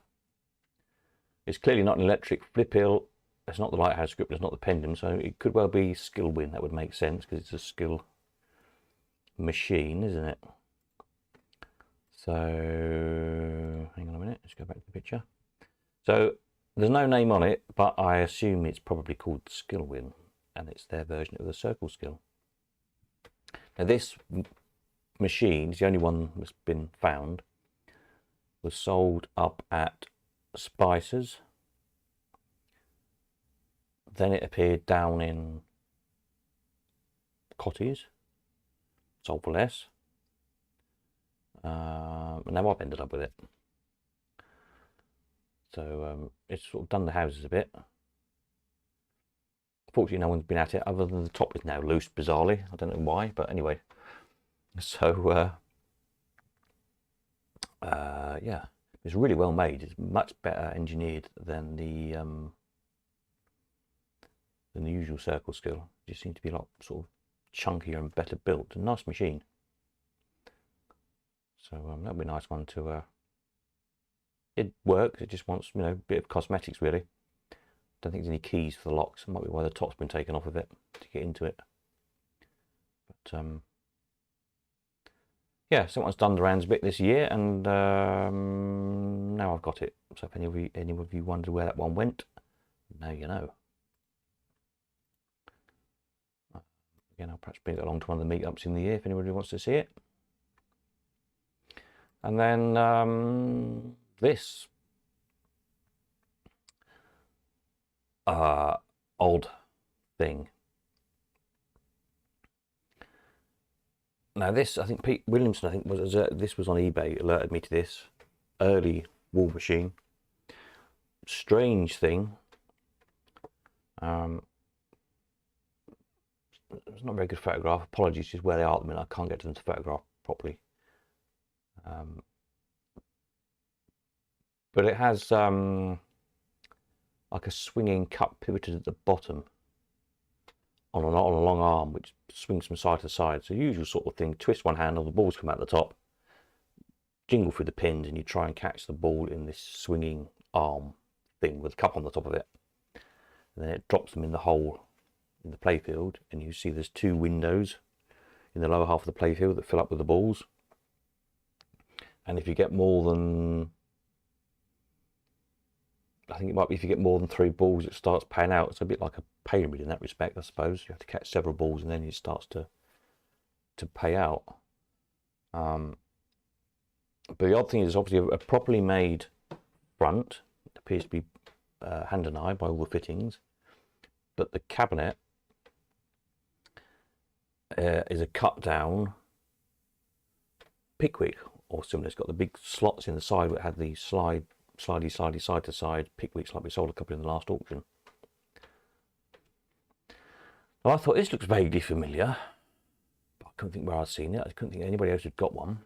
And then I was rummaging through some photographs, some big old batch of photographs I'd got. And there's this photograph, turn of the century photograph, of what at first glance appeared to be exactly the same machine. Again, it's in the same cabinet, cut down hand and eye cabinet with 2 bits of wood planted on the side to cover up the slots and things that were in the original cabinet.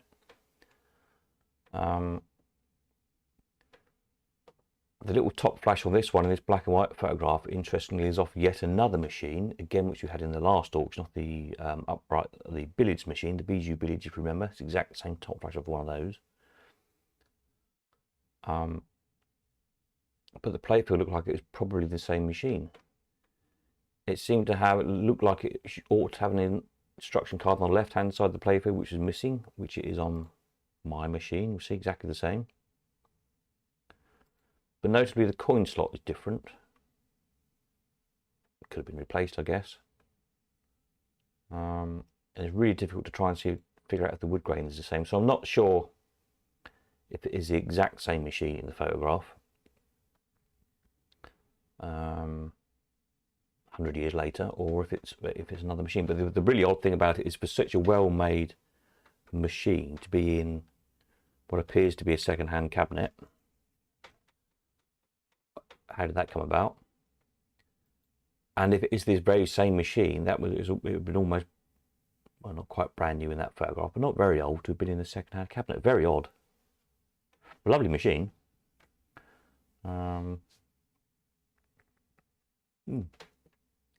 Anyone's got any thoughts on that one? Be very interested.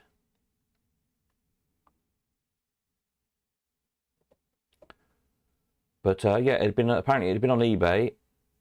A lady put it on eBay for £100, and it didn't sell. And the chap I bought it from it did like house clearances and things down in Hertford way somewhere. Unfortunately, I had to pay rather a lot more than £100 for it, like sticking another zero on the end of it. But he'd done the house clearance, and the lady basically said, would he like that instead of the £100 that she'd tried to sell it for and couldn't sell it. He didn't know anything about machines and sort of took a punt on it and thought, well, yeah, I can probably get a profit on 100 quid. So took that instead of £100, and he did rather well out of it, shall we say. But just goes to show you, don't you, that it sat on eBay, I think twice. I think the lady said she listed it and no one wanted to buy it. So I don't know what she'd listed it as. Obviously not slot machine or anything that anyone was going to find. So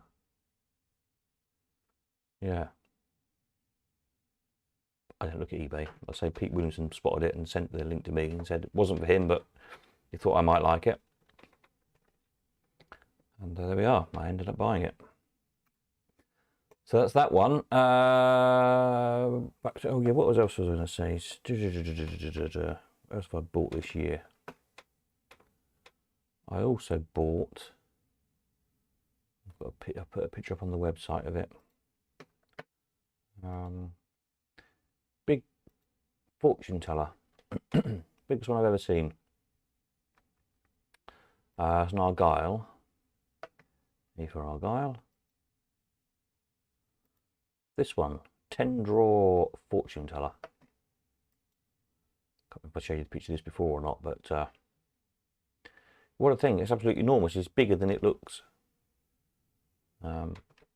It's like 3 foot wide or something, which doesn't sound much until you get a wall machine. It's 3 foot wide. You can barely lift it because it's obviously a solid oak, pretty heavy thing. Yeah. So God knows where that was. But I thought, well, that's interesting. I'd best buy that one.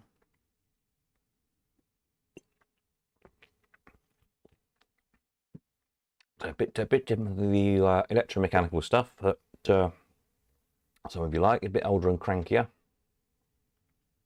But I quite like fortune tellers. I've got quite a few of them. So I bought that one. And what else did I buy? Bought a few things this year. The Argyle, the 2 BMK machines, the Quested Circle skill, the catcher thingy. Oh yeah, and the skill deluxe. The other thing, I think I mentioned before, didn't I? I might have done that.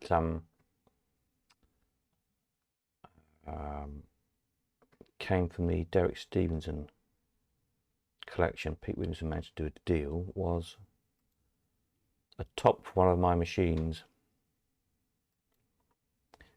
BMK machine, the skill deluxe. This one. A lovely machine. So the machine I'd had for years and years and years and years.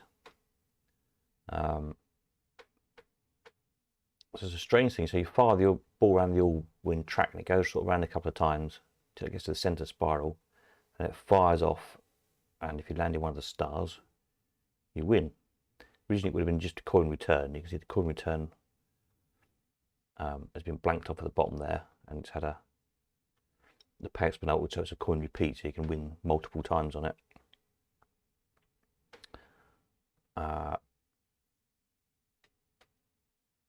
But yeah, so the top I bought years and years and years ago. I had the top flash that I bought many years ago. I used to restore machines for Dave McGladdery when he had his shop down in Brighton.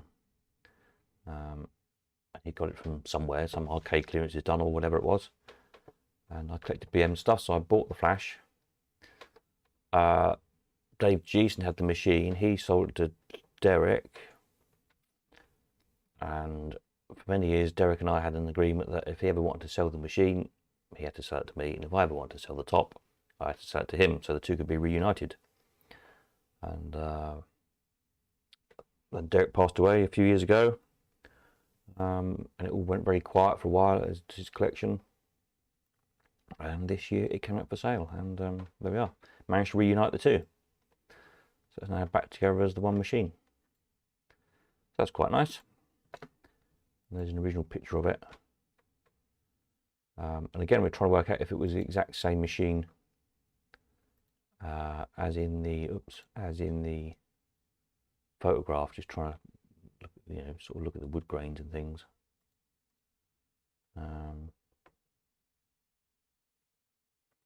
Yeah,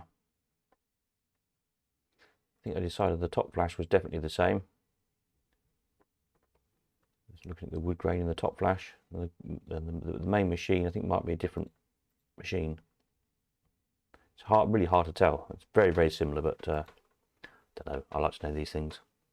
But there we are. So that was that one. I think that's all I bought this year. Well, I say all. It's been an expensive year. None of them are very cheap, but never mind. What else we got to look at? Richard Gould. Richard Gould. He sent me a load of pictures of stuff. Is he on tonight? Oh, is that who said earlier on? I've sent you a load of stuff, but his name didn't pop up. Message retracted. Oh, I don't know.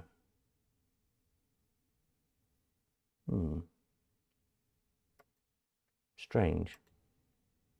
I don't know then if that was Richard or not. Anyway, there's a nice batch of machines. Let's have a look. Let me just go up here. Click on that. No, probably not, because he sent me 10 pictures. Somebody said earlier on they sent 20 machines, but I don't know who it was. Very odd. Right, what have we got here? We've got a Parker's Golden 12. Very nice machine. These don't turn up too often. Good backflash on that one. With the... oops.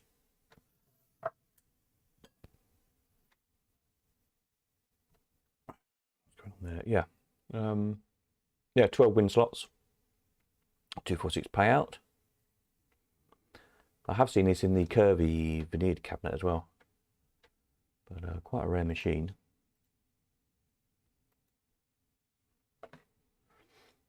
And a nice 9 results. Again, these photographs all come out in a funny order.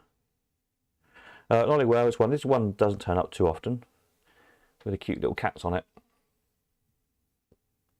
Cats with hats for some strange reason. Don't know why, what all that's about.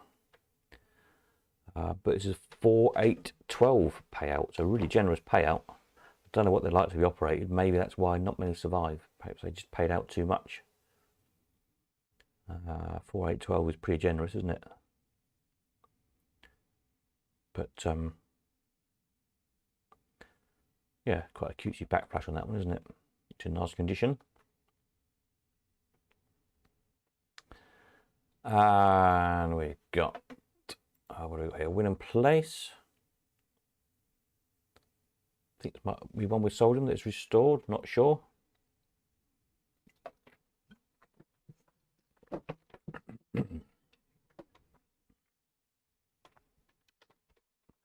But it's probably the most common, if you like, Wonders one. Is the one that turns up the most often of the Wonders machines. There's a couple of variations on the back flash. I think some have horses on, some don't. And yeah.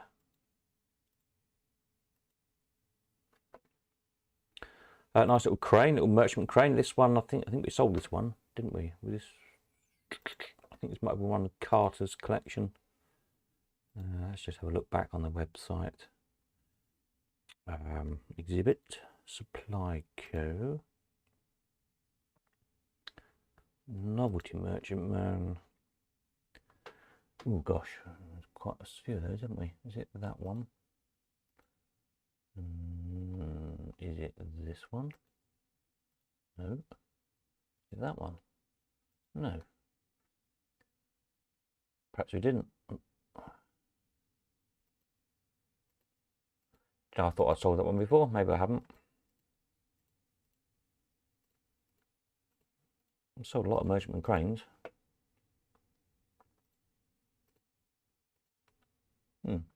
Okay, perhaps not then. It just looked familiar.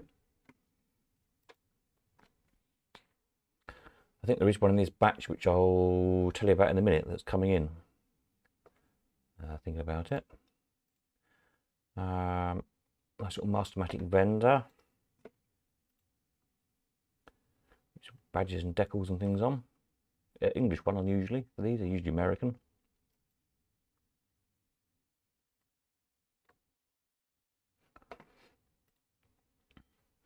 Aristocrat. This is a gold medal, Olympic theme one. Double jackpot. Looks to be nice shiny condition as well. Kingsway. Don't remember seeing that one before with the Olympic theme one.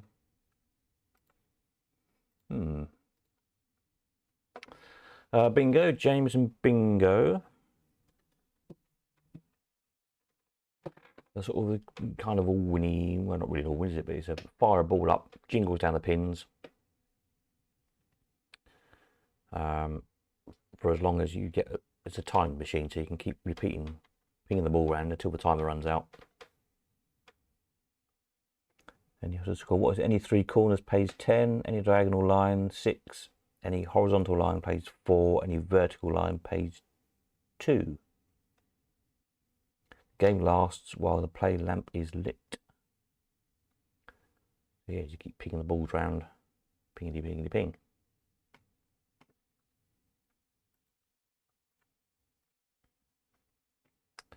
Little love tester. These are, who made these? Ollie Wales, aren't they? These ones, I think.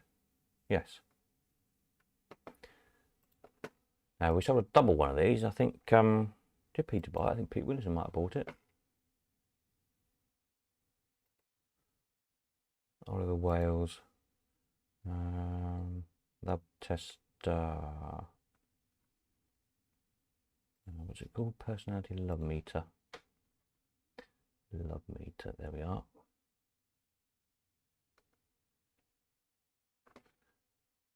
Yeah, so we sold so you get the ordinary, the single one, and there was a double one, which I'm sure Peter bought. If he hasn't fallen asleep, he'll probably tell us. I think this might be on site. Unusual double, a ladies and gents one.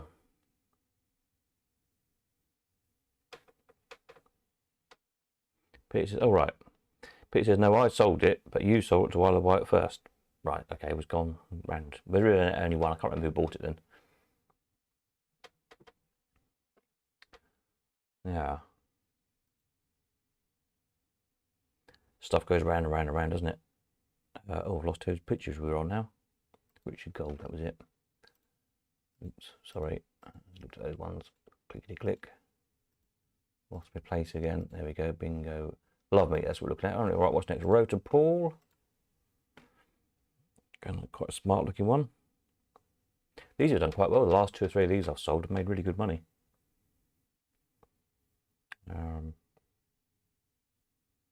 they're quite an addictive game really, because you tickety tickety tickety tickety as the lights flash round, and it's one of those always cleverly done. So you just, you know, when you lose, you're always just one space off from winning, as it were.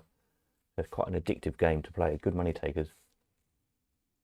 Yeah, they're quite attractive looking things as well, really. The rotor pool, rotor dart, isn't there's 2 or 3 similar. Rotor fruit is there, I think, as well. Basically the same game, just with different glasses on them.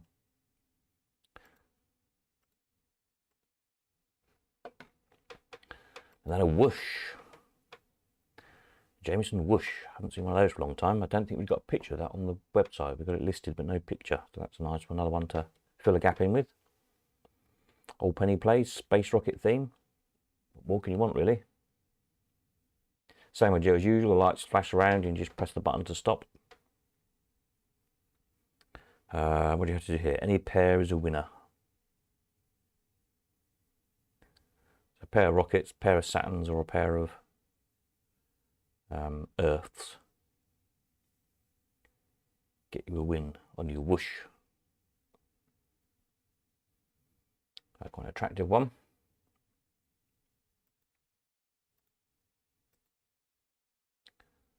We'll go back to the start again. I think we might be... Yes.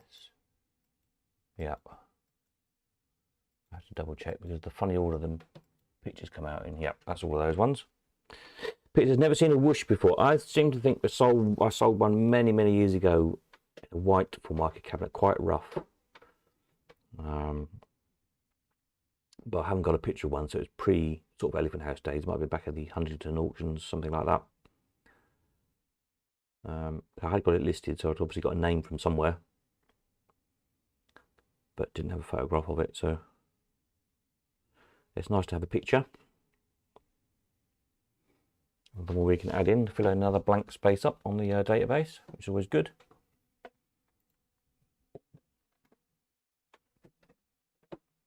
Right, where did we get to? That's Richard's. Robert, oh, I've done all the pictures. I might have done. Oops. Sorry, my thing keeps buzzing at me. I think I have, yeah. Right, let's have a look at, there were some new bits here. These were some early bits that were in for the next auction. There's a couple more things here, arrived the other day. There is a Jennings light up, but a repro. So it's not a Jennings, it's a Aristocrat, I think, or Jubilee or something like that, but it looks like a light up Jennings. So if you want a light up Jennings, governor type machine, or cheap, whichever it is, for a fraction of the price, that would be good for you. And the other band, there was another band, I can't remember what that was. So then I had an email earlier today, or a text I should say, or a WhatsApp or something. So let me find that, with some nice stuff that's coming in for January sale. Bear with me just a minute. I've got to try and find it. I think it was a WhatsApp, wasn't it? Is that the one? That's the one. Right. So some of these machines we sold the gentleman over the years. Some nice stuff. So all big arcade stuff. Oops. So I haven't put these pictures up yet, and I can't show you these pictures because they're in the gentleman's house, so that wouldn't be right. But I have probably got most of the pictures on the website of similar machines, or they might even be the very machines that we sold him. So let's see if we can track them down. So we got a Boland's Road safety machine. They were great fun machines. I remember selling those. So these are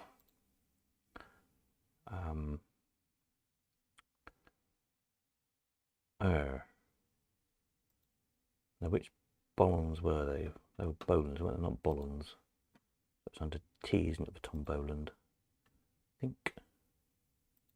Tom Boland Co. Oh, no, why can't I find that? Okay, let's do it the other way around. Let's have a look at steering games. There's a nice machine. Skill games, steering games. Why is it not there?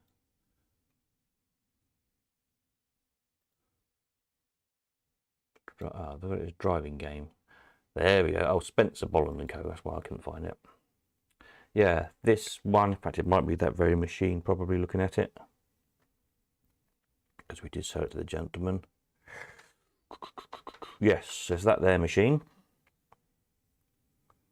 So it's kind of like an upright steerer ball game. So your little ball bearing, turn the steering wheel, tilt. So I've got a bit of a close up. They did a wall version of it, and these floor standing ones. That might give you a better idea of the play field. Yeah, then these things, I think these light up depending what you you know, how well you score, as it were. But nice, really nice castings, lovely machine. So as one of those, there is a nice pusher shooter.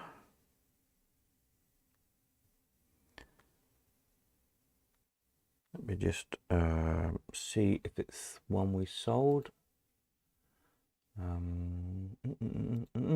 Shooting games. It's a self-contained shooting game. It is a pusher shooter, and it could well be not that one, not that one, not that one.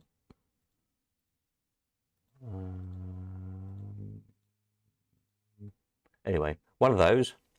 I don't think is one we sold. I think it's one he must have got from somewhere else. Damn cheek, how dare people buy things from somebody else. But anyway, nice pusher shooter on its cast iron feet. Looks to be in good nick. On old penny. So there's that, and then there's a boxers, 2-player boxing machine. Have we got that on the picture? I think that's the is that the KO boxes, I think. That will be down as batting, cricket, football, other type. I don't know if I've got a picture on here of the boxers. No, I haven't. Oh well. There's a boxing machine, 2-player boxers. And it's the one on the stand with like pistol grips either side, like little guns, and you knock your opponent down to win.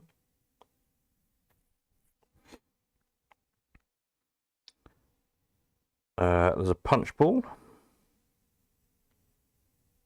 In fact, I think there's 2 punch balls, proper ones.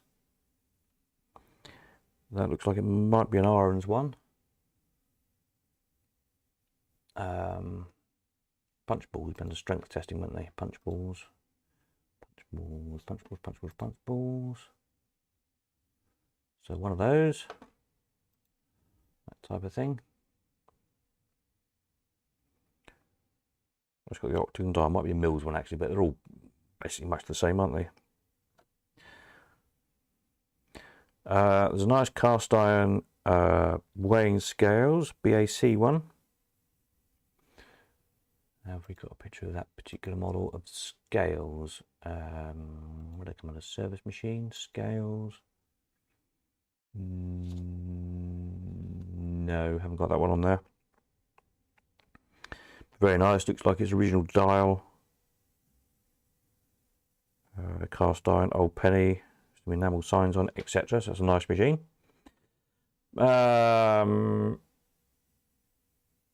Oh, comments here. Oh, David says, got a whoosh. I've got a whoosh as a light box, but no works. Oh, well. You at least you've got half a whoosh, that's good. Tom says, evening all, Happy New Year. Just briefly popping in as on the firework display. Well, good luck with that. Don't end up with a black eye like me or blow yourself up. And have fun. It's raining here in Cambridge, so I hope it's not raining where you are.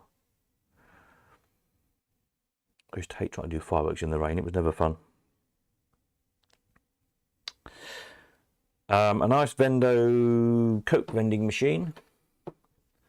That looks rather nice. Have we got one of those vendors? Drinks. Haven't got the particular one, no. The round top one, curved top one. Not sure which model it is offhand. There's quite a few different models of the Vendo machines. A merchantman crane that looks like the wide, what I call the wide-bodied stripy merchantman. So I mean this one. Novelty merchant, one of these, but the wider one of the two. Have we got the wider version? Is that one? No, that one. No, that's a little one. You saw that? That one. In fact, probably that. Is it that very machine? Might be that very machine, possibly. Yeah, I think it is. Just been restored a bit since. Anyway, it's the wider body one, which has the novelty merchantman oval in the front casting. The thinner one doesn't. Interestingly, seems to be the difference in those. So one of those on, it looks to be on Old Penny again as well, I think. A vocal radialist, which is a fortune telling machine.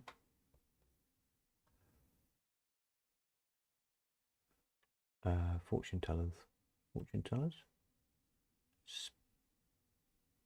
Speaking, it's a speaking. I don't know if it works or not. It looks like it probably doesn't. Vocal, I haven't got a picture of it. But a floor standing metal case thing. The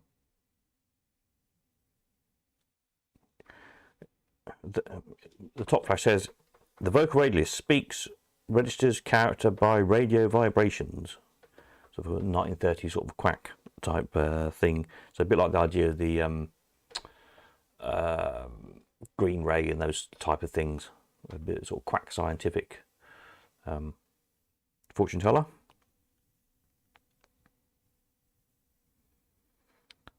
Another, I think there's two punch balls. I'm just checking if there's pictures. They sent me the same picture twice, or are they two different machines? Bear with me. I think they're two different machines. I think there might be two punch balls. And then there's a Taito Lunar Rescue video game.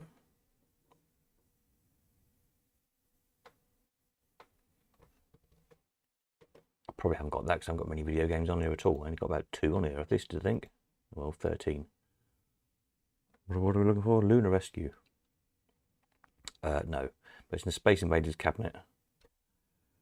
Looks to be in pretty nice condition.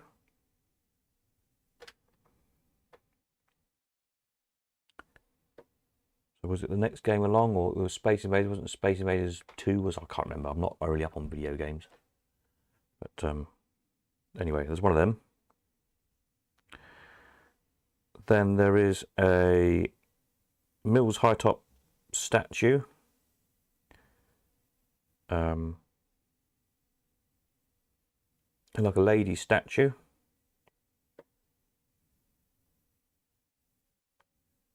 Sort of like the cocktail waitress one type thing. Not sure what she's supposed to be exactly.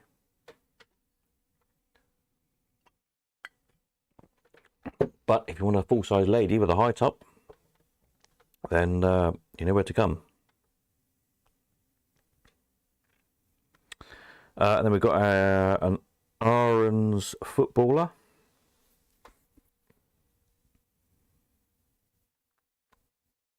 In a metal case, the outdoor case. A football machine. Have we got a picture of one of those? 22 man. Football Arnold's. Yeah, this one. Is it that one?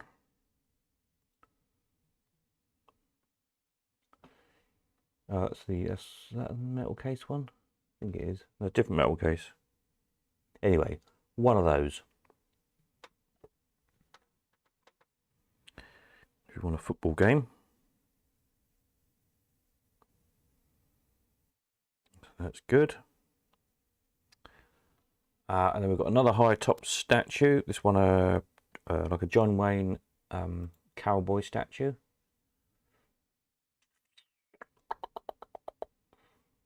Sold one of those before, haven't we? Definitely. Have I sold this particular one? I'm not sure. Let's have a look. Have I even got these listed? What would I have it listed under? High top statue or something? Life size cowboy. There we are. Where's one? Well, similar, that sort of thing. So this one hasn't got a mask on.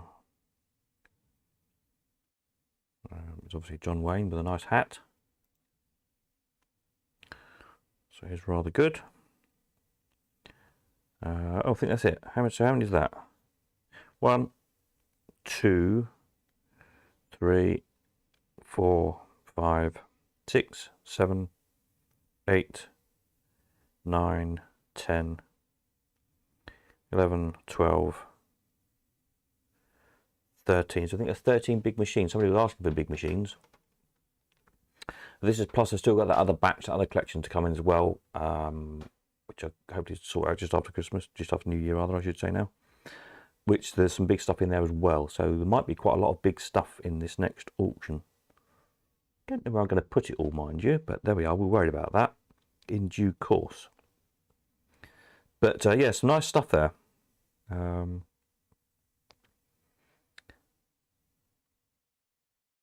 keep your eyes on for that lot. That'll be coming up.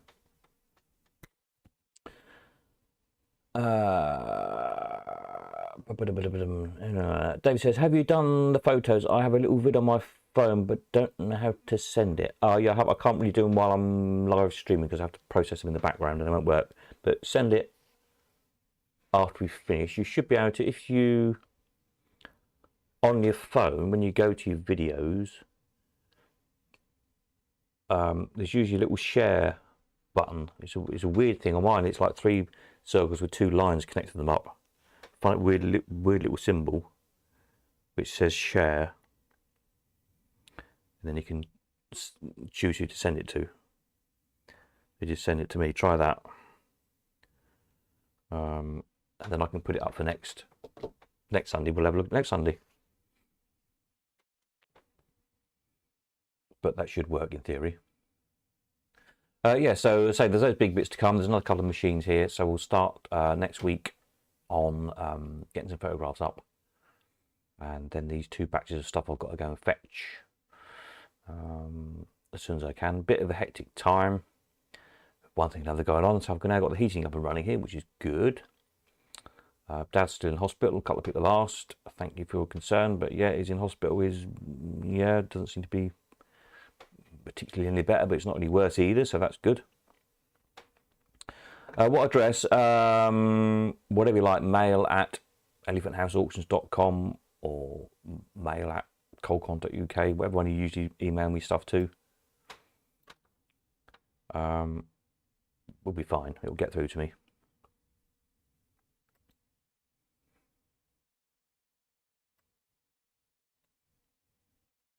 So yeah, have a look. If you get stuck, then give me a call in the week or something. We'll get it to me somehow or other.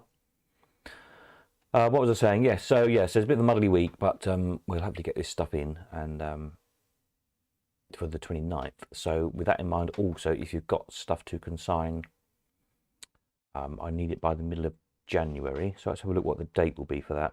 How are we doing for time, by the way? 11:30 nearly. That's okay then. So we're going to be looking at next year, aren't we? Oh, gosh, click the calendar on one. So the auction's 29th, so the 15th really will be the closing date. Alan is due, I think, on the 9th, 8th or 9th, something like that. So sort of a week or so's time. So if you've got anything to send in with Alan, then you know how to get hold of him. And he'll drop the stuff off. Otherwise, get in touch if you've got stuff to sell. But yeah, there should be some good stuff in, hopefully. So we haven't really done a January auction before, principally because it's always just cold and damp in the Elephant House. And plus, travelling that time of year, you know, the roads can be bad. Dark evenings, you know, when it's a long day for people driving, and so on and so on and so forth. So we just sort of didn't really do January, February. But now you can sit at home in your PJs and bid. Doesn't really matter, does it? As long as you've got photographs and a bit of video of the machines and the other stuff for sale, then hopefully it will work. So we'll give it a whirl. Spares, I'm not going to take any spares in for this time. What I'm going to do, because there's still some spares left that didn't get catalogued last time, so just run out of lots, run out of space in the auction, as it were. What I will try this time with the spares and the small coins to sort out as well is what they call a timed auction, which is essentially like the eBay auctions, whereby stuff finishes at a specific time, and you basically set them so they finish sort of 30 seconds apart each lot or something like that. And the system works that you can't be sniped at the last second. If anybody who bids in the last second, then it adds on a couple of minutes or something. I'm not quite sure what the settings are, but it adds on time and lets you know that you've been outbid. So you've got a chance to come back in with a bid. If anybody bids in the last second or two, you have always got that chance to come back, which is quite good. And it also means there's no point trying to bid at the last second to knock somebody out, because you know they're going to get the chance to come back. So hopefully it stops people doing it, because it's a bit pointless really. But we'll try that for the spares. That means I haven't got to sit there for 3 hours wading through it all. When there's you know, it takes a long time, it takes effort, and there's no money in it for me. And you know, my time is better spent on the more expensive lots, basically.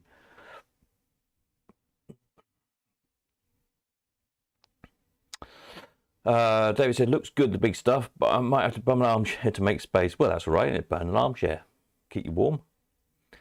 How many armchairs do you need after all said and done? You can always sit on the slot machine, can't you? You know? Yeah. Just burn a bit of furniture. Best idea, really. So, yeah, big stuff's hard to find, so it's nice to have a batch in, or possibly 2 batches in with a bit of luck. And,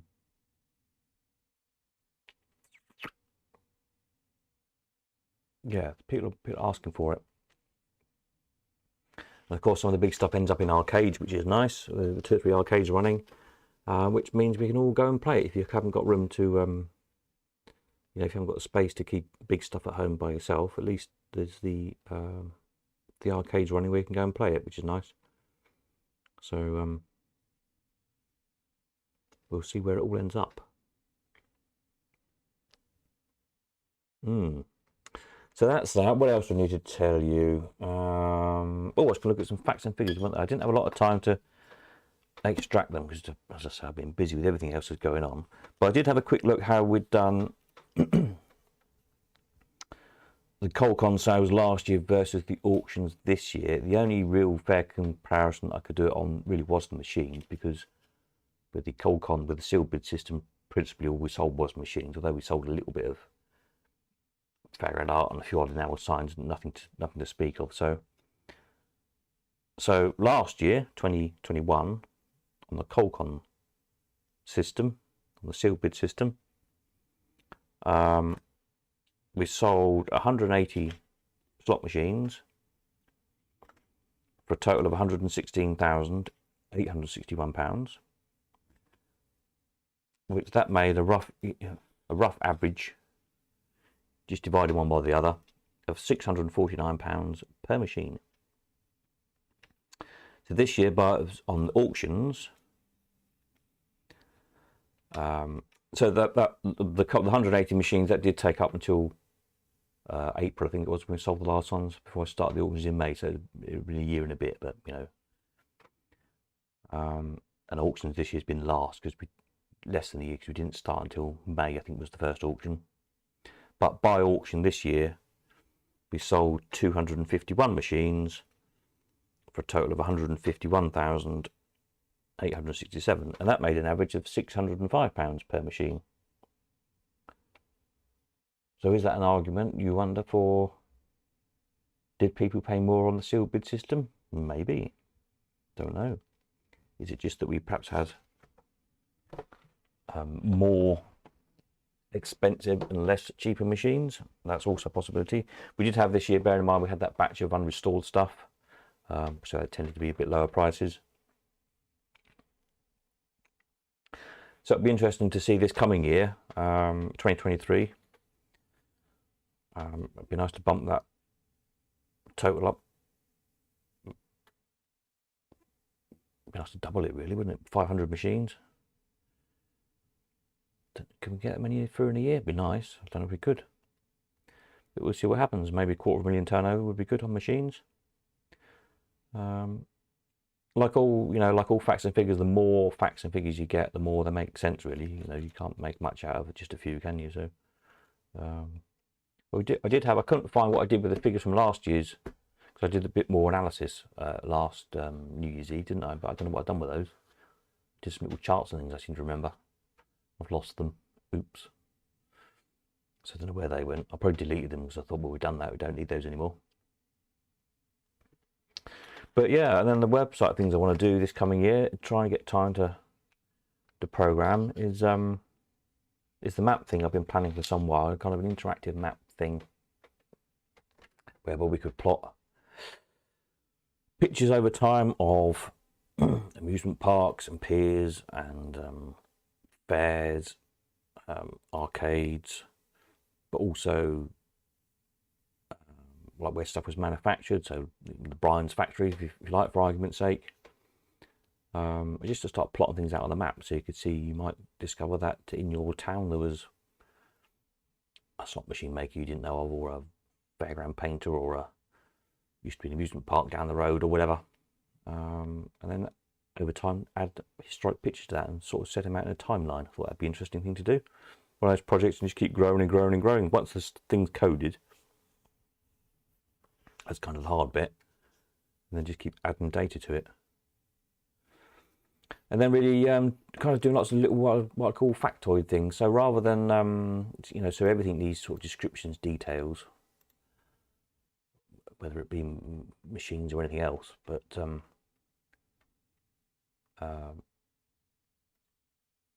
pick any machine, whatever, you know, need details of the machine, details of the makers, and so on. But rather than trying to sit there and write out a full biography of a maker, or full details of a particular machine, or a particular fairground ride, or a particular painter, or whatever it may be, again, just to do it in just little kind of factoid snippets. So it might just be a date when it was made, it might just be the patent date, might be a maker's name, might be where it was made. You might find out how many of a particular thing was made, how long it was made for, any little, just tiny little bits of information. But they just all feed in gradually and build up, again, like a timeline thing. So that over a period, you start to piece together the history of things, rather than trying to do it all in one go. And it comes back to that thing of everyone knows a bit about a lot of things. You all know a lot more than you realise you do half the time, or you've got more information than you realise that you've got. You'll have makers' badges on machines. You'll have an odd date on something. You'll have a artist name on a bit of fairground painting. You'll have a date on an animal sign. They often have dates on them. All this, all little bits of information. If you can be bothered, if we could collect all this together, all the little bits we each know about each different things we own or we're interested in, it's when it adds together, it, you know, becomes a lot more interesting, really. Peter says, night, oh, happy new year. Nighty night. Peter's had enough, he's off. We'll see you next year, as they say. I'll see what we can sell you. And don't forget to send a picture of the 24 cup when it's all restored. We'll look at that next week. Cheers. Yeah, so that was the other project with the website to do, really. And then going forward, really, is think what to do with selling cheaper stuff, particularly spares. I've always said spares for machines, you know, are a real essential to collectors, but they're a real pain in the what's it for me to deal with and to sell. They take as much effort to photograph, to catalogue, to list, to sell, to deal with money in, money out, getting them to people and so on. It's as much effort to do that for a £5 machine part as it is a £500 machine. And I was to see you on the TV. Oh, excellent! You're on telly again. You didn't tell us when you were on. So it's really trying to find an efficient way of doing that. I don't mind doing it as a service, but I can't afford to spend time doing something when it's costing me money to do it, which it does at the moment. So we'll try this timed auctions and see if that works. That might be a solution. Weirdly, perhaps the best way that spares seemed to sell was with the original Colcon, with the original sealed bid system. They sold quite well under that system. I think it was a case of the people really needed a bit, they valued the bit and put in a decent bid for it. If they didn't bother. So I don't know, we might revert to that, who knows. Anyway, so there we are. So any bright ideas from anybody? We've got 21 minutes left of the year. Anybody got any good ideas for next year? Anything you want to see? Any good ideas for the website? Any good ideas for auctions? Anything you think I could do better, other than doing everything better, obviously? But if there's anything in particular, then let me know. Fire away. Now's your chance. Yeah. Video we've got to finish. Got to finish Peter's, Paul's DVD. Yes, must finish that off, get it edited and out, and then we want to organise some more jollies. Scroll on a little bit. Some more open days. Hopefully we can go to Peter's again. When did we do that last? That was the first one we did, wasn't it? That was November, believe it or not. So we'll try and do that in the spring. Perhaps go to arcade number 2 at Wroxham, or do Yarmouth and Wroxham. Maybe we can do a double thing somehow. Go from Convoy to one to the other. Northampton I'll try and book again, because that was quite a good spot really. It's pretty central to a lot of people. It's easy to get to just off the motorway, so it's a good spot, I think. It was handy being just off the motorway as well, and having a room just off the car park and a pub. Wasn't much to dislike about Northampton really, was there? That was good. Paul's already said we can do him again at Easter. More hot sausage to be had, so that's good. I sure will be able to welcome back up at Roberts again. David says, hope Dingles comes off. Me too. Yeah, I'd love to go down to Dingles and sort that one out. It's just a case of liaising with them. It's committees and things. It just makes everything more complicated all the time. If you just go and book somewhere, or if it's one person, it's easy just to say yes or no. As soon as you're into things with committees, they have to have meetings about it and think about it and then discuss it and then have another meeting and then think about it again and then have another meeting, and yeah, it's just a bit of a pain really, but never mind. We'll do our best. It's a thumbs up from Paul for the hot sausages, so I'm assuming that's good. We're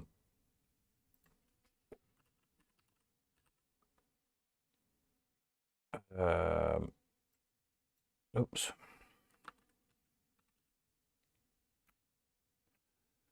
What's going on here? All right, I can't find the thing I'm looking for. There we go, that's better. Yes, there we go. Hot sausage, marvellous. So that'll be fun. And anywhere else, if you fancy us rabble around at your house, if you can possibly bear accommodating a few collectors. That would be good. There is rumour that the American lot are coming over this year. The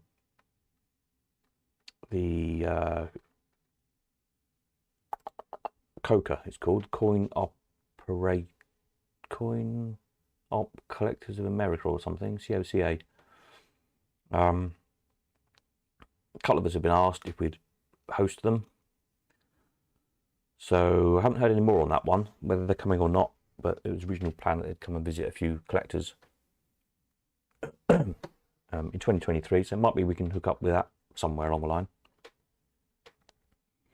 I'm not sure. Richard said going to try and make it to a meeting next year, never seem to be able to get time off. Well, you just have to have a day off, just call in sick or something. I know the feeling. They're good for me because it gives me an excuse that I can't do anything else that day either, so I've enjoyed them. Like I say, it's a case of getting some of my stuff out has been nice. That sometimes I haven't seen for years. Because if I say, well, I'll bring my X machine or some fairground signs or some bits and bobs, often it's stuff that I've in my own collection I haven't seen for years because it's all stored away. So I'd quite like to get all the Tool BMCO machines out. I think they look good in a row. I think I've got 8 of them. I'm honestly not sure. That's really bad, isn't it? You should know what you've got. Anyway, it'll be an excuse to get them out and put them all in a line. They look nice. So yeah, we'll definitely do some more of those. I don't know which will be the first. So we've got Paul at Easter. We might try and do Peter before Easter. I think he's gone to bed now, so we can't ask him, but I'll pester him. Perhaps for, I don't know, when is Easter this? Anybody know when Easter is? Let's have a look. Tell me on my little calendar. I don't think it does. Easter. Hang on a moment. Where can we find out? Let's have a look. Easter 22. Easter 2023. When is Easter? That's what we need to know. April the 9th, it looks like.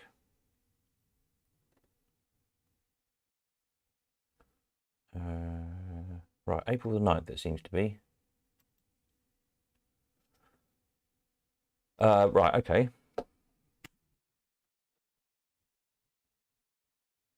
March, end of March will probably be another auction because we're end of January. Let's do a quick little bit of maths here. Has to be a bit of working out. So if we are auctioning on the 26th of March and Easter was on, what did I just say? The 9th. Can't be working things out with a pencil, can you? Hang on a minute.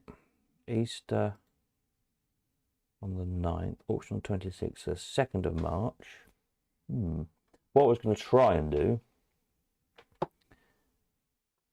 if we could get at least some of the meats to fall like a week after an auction, then if you bought from an auction, you could pick it up at the meet. That might work out well. I could stick it in my van, and you could pick it up from the meet.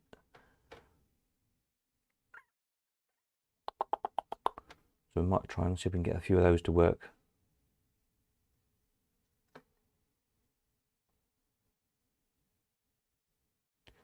Yeah, so the 9th, you know, if we do Easter at Paul's, that'd be ideal because it'd be 2 weeks after the auction, so that'd be fine.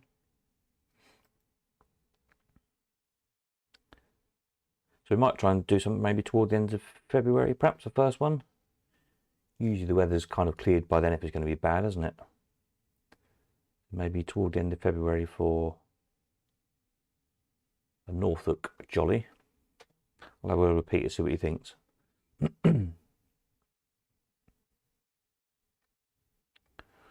And then yeah, go for the year really.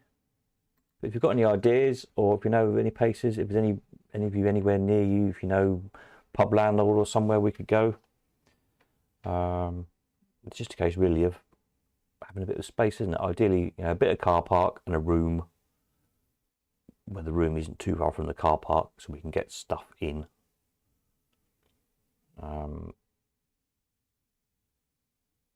I've got a load of trestle tables if need be. I haven't got any tables to shove machines and things on. I've got some. I can always bring tables. So have a think if you know of anywhere. You know, we've done Norfolk, we've done Midlands, we've done up north. I'd like to do kind of southeast and southwest we haven't done yet. There's a lot of collectors down southeast, or just the other side of London, or in, you know, sort of the other side of the Dartford Tunnel, as it were, somewhere, North Kent type place. Then round the bottom, Brightonish, that kind of direction. And then southwest, either sort of like Bristol-y area or down Southampton-y area, somewhere down there. Across to Bournemouth, those kind of areas. So if any of you are around those areas or know of anywhere, have a think, let me know. Peter says, great days out, thoroughly enjoyed visiting both Paul's and Robert's arcades. Didn't manage to get to Peter's, unfortunately. Next time you will. We'll, yeah, hopefully round a few more people up this year. It's one of those, these things take time to get going, don't they? But those who have come, everybody said they had a great time. Just catching up with people and having a good old chin wag. It's nice to have that time, isn't it, really? Especially after the past couple of years not being able to go anywhere. David says sunny Devon, definitely. Yep. I am working on it, honest. We'll have to badger Adam to get it sorted. And for Dingles.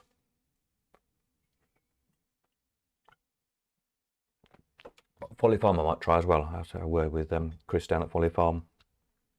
It's a long, you know, it's bottom corner of Wales. It's a long way to go, but if you haven't been to Folly Farm, it's well worth it. Fantastic fairground collection, and the whole fairground you can ride as well, ride everything. So it's kind of well worth making the effort. The weekend job, really.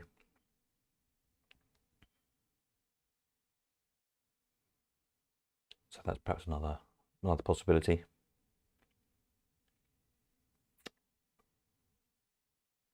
I don't know what there is right at the top of the country, sort of Scotland or Scottish borders. I don't tend to get that way too much. So if anybody's, you know, properly up north or knows of anything anywhere again, then have a think. Let me know. It doesn't bother me where it is. I like getting out and about. So we'll see what we can find. But that's that. Auction-wise, plan is for the amusement auction to be every other month, every odd month. So January, March, May, July, September, November. And then fill the gaps in. There will be other auctions. There'll be another couple of clearance auctions I've got to do to clear stuff from here. So I've been, you know, no reserve pound jobs again, get rid of stuff and see what else comes in. Maybe another collection or two coming up. People are thinking about it. You will know as much when I know, basically, on those ones, but we'll see what comes of them. They will come eventually. That's the good thing.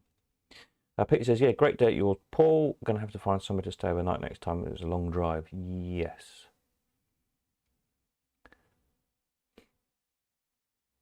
Yeah, we'll find some hotels. I don't think we listed any, actually, did we? I was just looking on the website here. Oh, I left this bad page up. I don't know. Apologies. Oh, it doesn't say anything here anyway. But yeah, well, make sure to you know, have hotel listings and whatnot for wherever we go.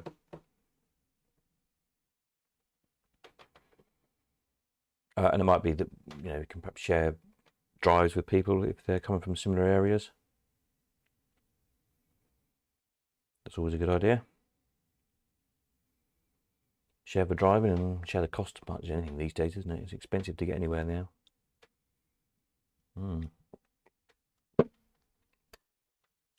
So there we are. What else can we think of? Anything? We've got 9 minutes to go till next year.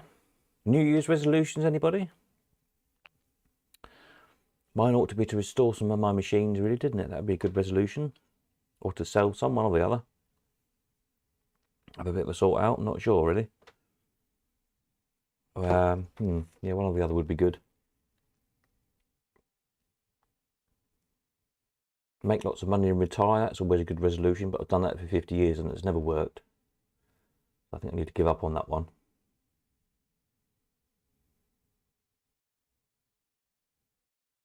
Yeah, I don't know really. Not work so hard, that would be a good one, but it doesn't seem to last more than about a week. I'm usually back to 7 days a week working, so that one doesn't really work either. So I don't know if anyone's got any ideas for good resolutions. I'd be interested to hear, or what yours are.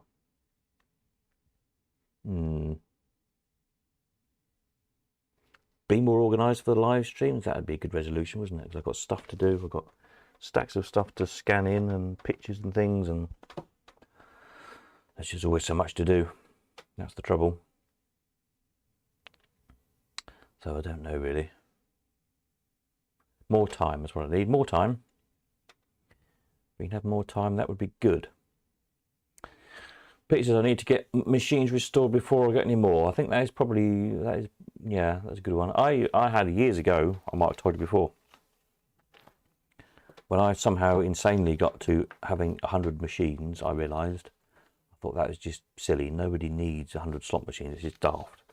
So I sort of had a pact with myself that every time I bought a machine, I had to sell one. So I only kept it at 100.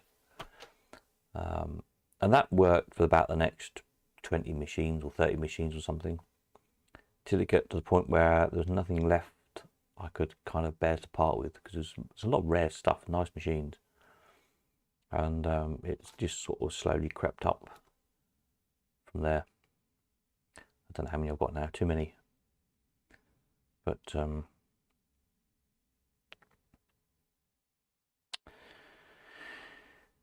yeah. David says easy to make money. Take a tenner and double the total 20 times. Yeah, it's not a bad idea.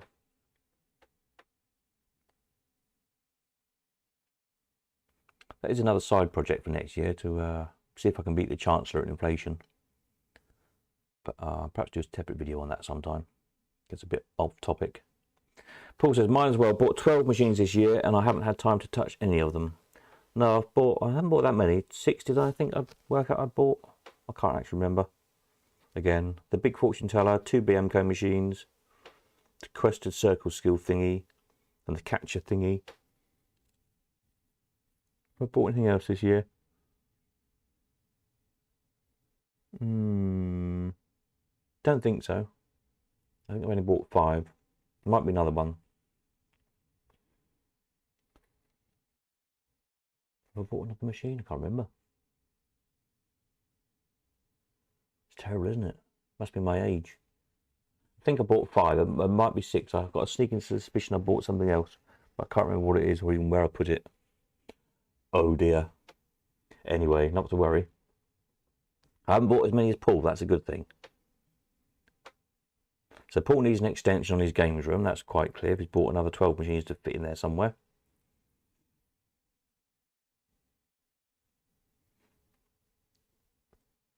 Peter's going to restore all his before he buys any more. So that's all right.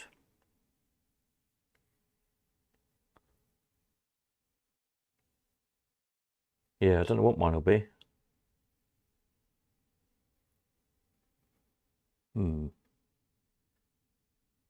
Just do more of everything better, I think, basically.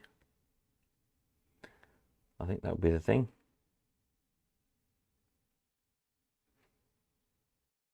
Perhaps I should photograph all mine. That'd be something. I could have residents to photograph all my collection and add all the photographs onto the website, because that would fill a few gaps in, because some quite rare stuff that you won't have seen. So that ought to be it, doesn't it? I'll type that in as my resolution. I think my resolution will be to at least try and photograph all my collections. There you go, that's a good resolution. At least get it all photographed. Because, yeah, yes, it's fine until the next one comes along that I need. That's always a problem, isn't it? That's the classic collector's problem that every collector faces. You try and put a limit on something and then something else comes along. Like Peter was saying earlier with the Pelham puppets. He's started buying those and that's getting out of hand and he's buying more and more and more. I think we all do it with everything. Whatever you collect, any collector, it kind of runs away with you. But that's kind of the point, isn't it? Yeah. Paul says, got a bit of ground movement on one corner of the games room. Big crack in the floor and wall. Oh dear. The best thing to do if you've got a big crack in the floor and wall is take that bit of floor and wall out and then move it to a bit more solid ground, which is you'll probably find is about another 20 foot away. And that'll be a good foundation there, about 20 foot away, I reckon. And then rebuild the wall there, and you'll probably find it won't crack then. That'd be my recommendation. David's worked out it's 5.2 million. Oh, that's handy. Sounds like good. Which said, the place I work at, a small boutique hotel with a separate old school terrapin room would be ideal for meat. Oh. And there's lots of other stuff to do in the area. Canal walks, 2 mins. Oh, that sounds all right.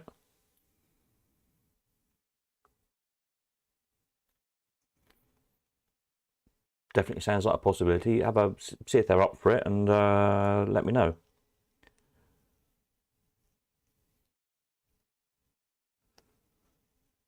Yeah, if it's a hotel, it means there's somewhere to stay, doesn't it? Which is always good.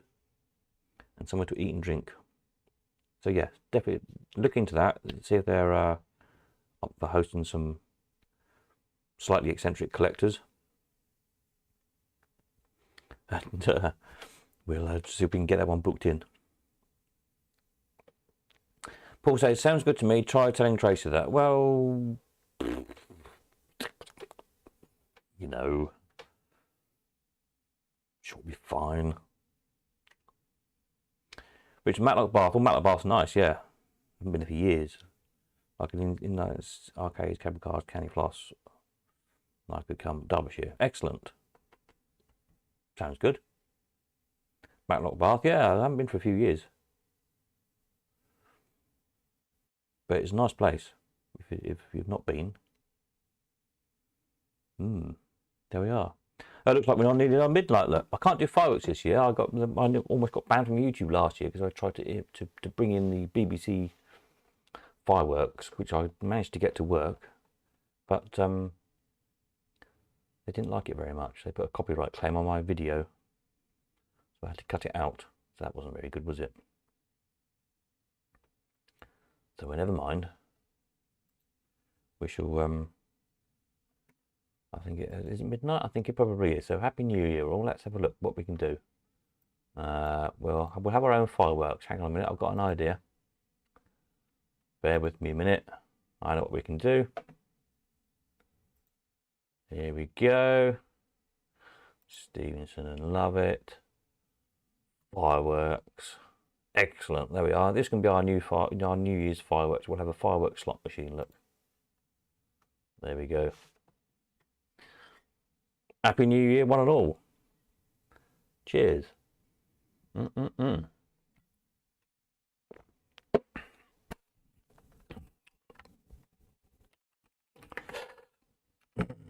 Oops. Happy New Year. One and all. Happy New Collecting. 2. There you go. That sounds like a good plan, doesn't it? Yeah, marvellous. I'm knackered after that. 3 hours worth of nattering. Need a drink. Another sausage roll. Marvellous. Then I think bed.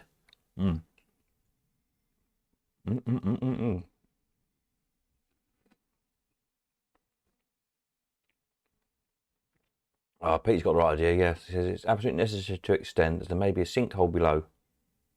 We need to check. Happy New Year, everyone. Happy New Year to Jim. Marvellous.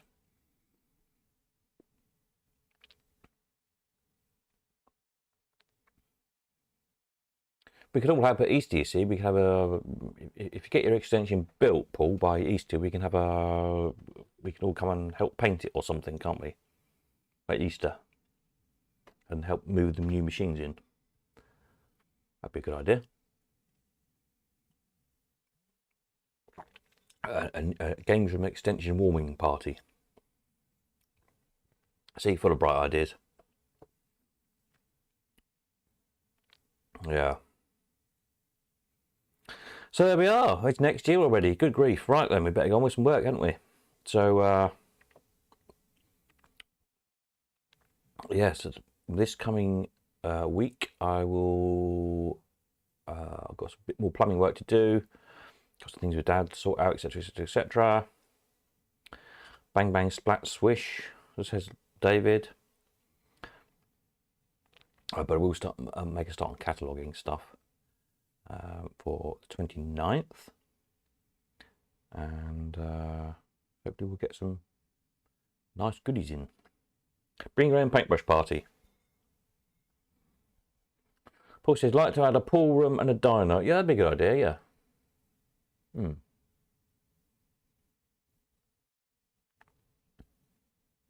How about, now here's a plan. If you built an extension forward one end and made that your diner, and then on the other end and built another bit forward and made that the pool room, so you make like U shape, then the bit in between the two extensions you could do in glass and make a conservatory, then Tracy could have that for some plants. There you go, you see. So what you're really building is a new conservatory. You're just filling those two odd bits in at the end with a bit more games room because you might as well. But what you're really building is a conservatory. And there's a good idea. Sussed. No problem at all. I think that's a grand plan. And you don't need plan permission for a conservatory either. So that's all right.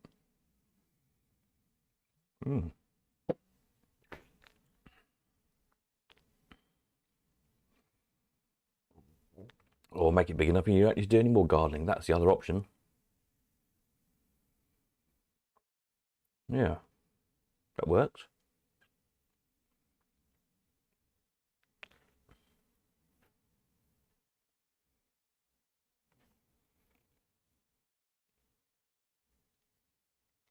Paul says, I'll put it to tomorrow. Yeah, I'm sure it'll be fine. Sure it'll be fine. What's the worst that could happen? I can hear lots of fireworks going on outside. Can't see any from here. That sounds good. Hopefully Tom's are going all right. I'm sure we'll hear. Wherever he is firing. I'm not sure where he is tonight, but he said he was out firing, didn't he? I've been there and done that. Done my stint of firing fireworks at midnight.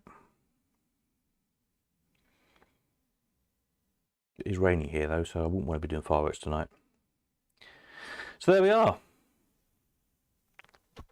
I think we probably all better go and have a cup of tea and go to bed, hadn't we? Is that a good idea? I think it probably is. So we'll wrap things up. Thank you very much for all your contributions, all your pictures and stuff we've had a look at. Hope it's been interesting to each other to see some new stuff. We've got some new machines we didn't know existed before, so that's always good to add on. I will in due course add on the pages on the website, on the database, and pop these new things in. And yeah, as and when we try and find out some more information about them, we'll keep on going. And keep on sending stuff, basically. Don't wait all till New Year next year. If you buy new stuff, if you get stuff restored or find something interesting or whatever, really. Keep sending it, because I'm sure you get very bored of me rabbiting on every Sunday. It's you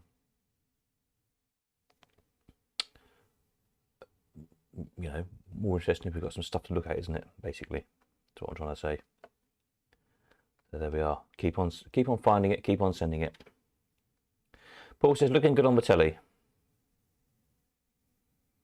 And David says it's going to be a great year. Well, hopefully. We've had enough of crap years, haven't we? Really, lots of good years.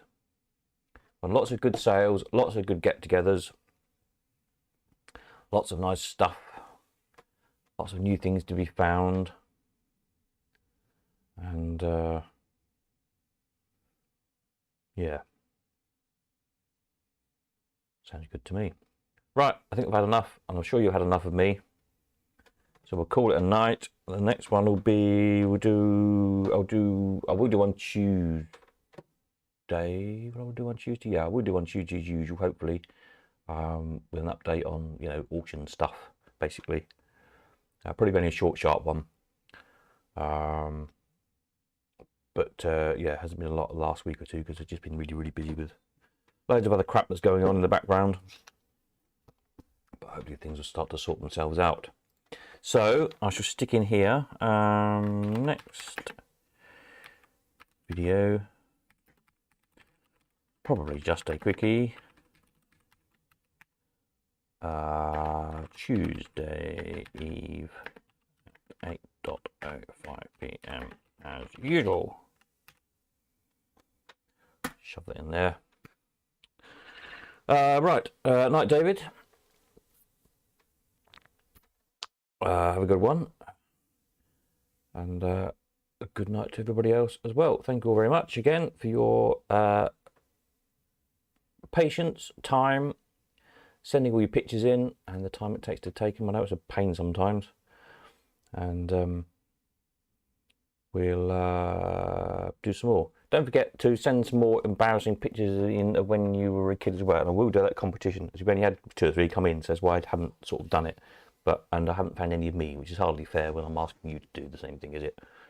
I'm sure there's some of me as a kid at the seaside and things, and on rides and arcades and bits and bobs. So I will have a rummage through the family album, see what I can find, because I think they're quite funny, really. And apart from anything else, you see some quite interesting stuff in the background, because you don't realise often what's in the background of photographs until you look. I know that sounds stupid, but at the time, your parents were busy taking a picture of you being cute, weren't they? But they might have caught in the background a really interesting ride or machine or something that was on the pier you've forgotten about, or wherever the photograph was taken. So have a look for your album, see what you can find. Night, Peter. Let me stick in here. Night, all. Catch up soon. I shall bid you all a very good new year, prosperous all round, and nighty night. Over and out.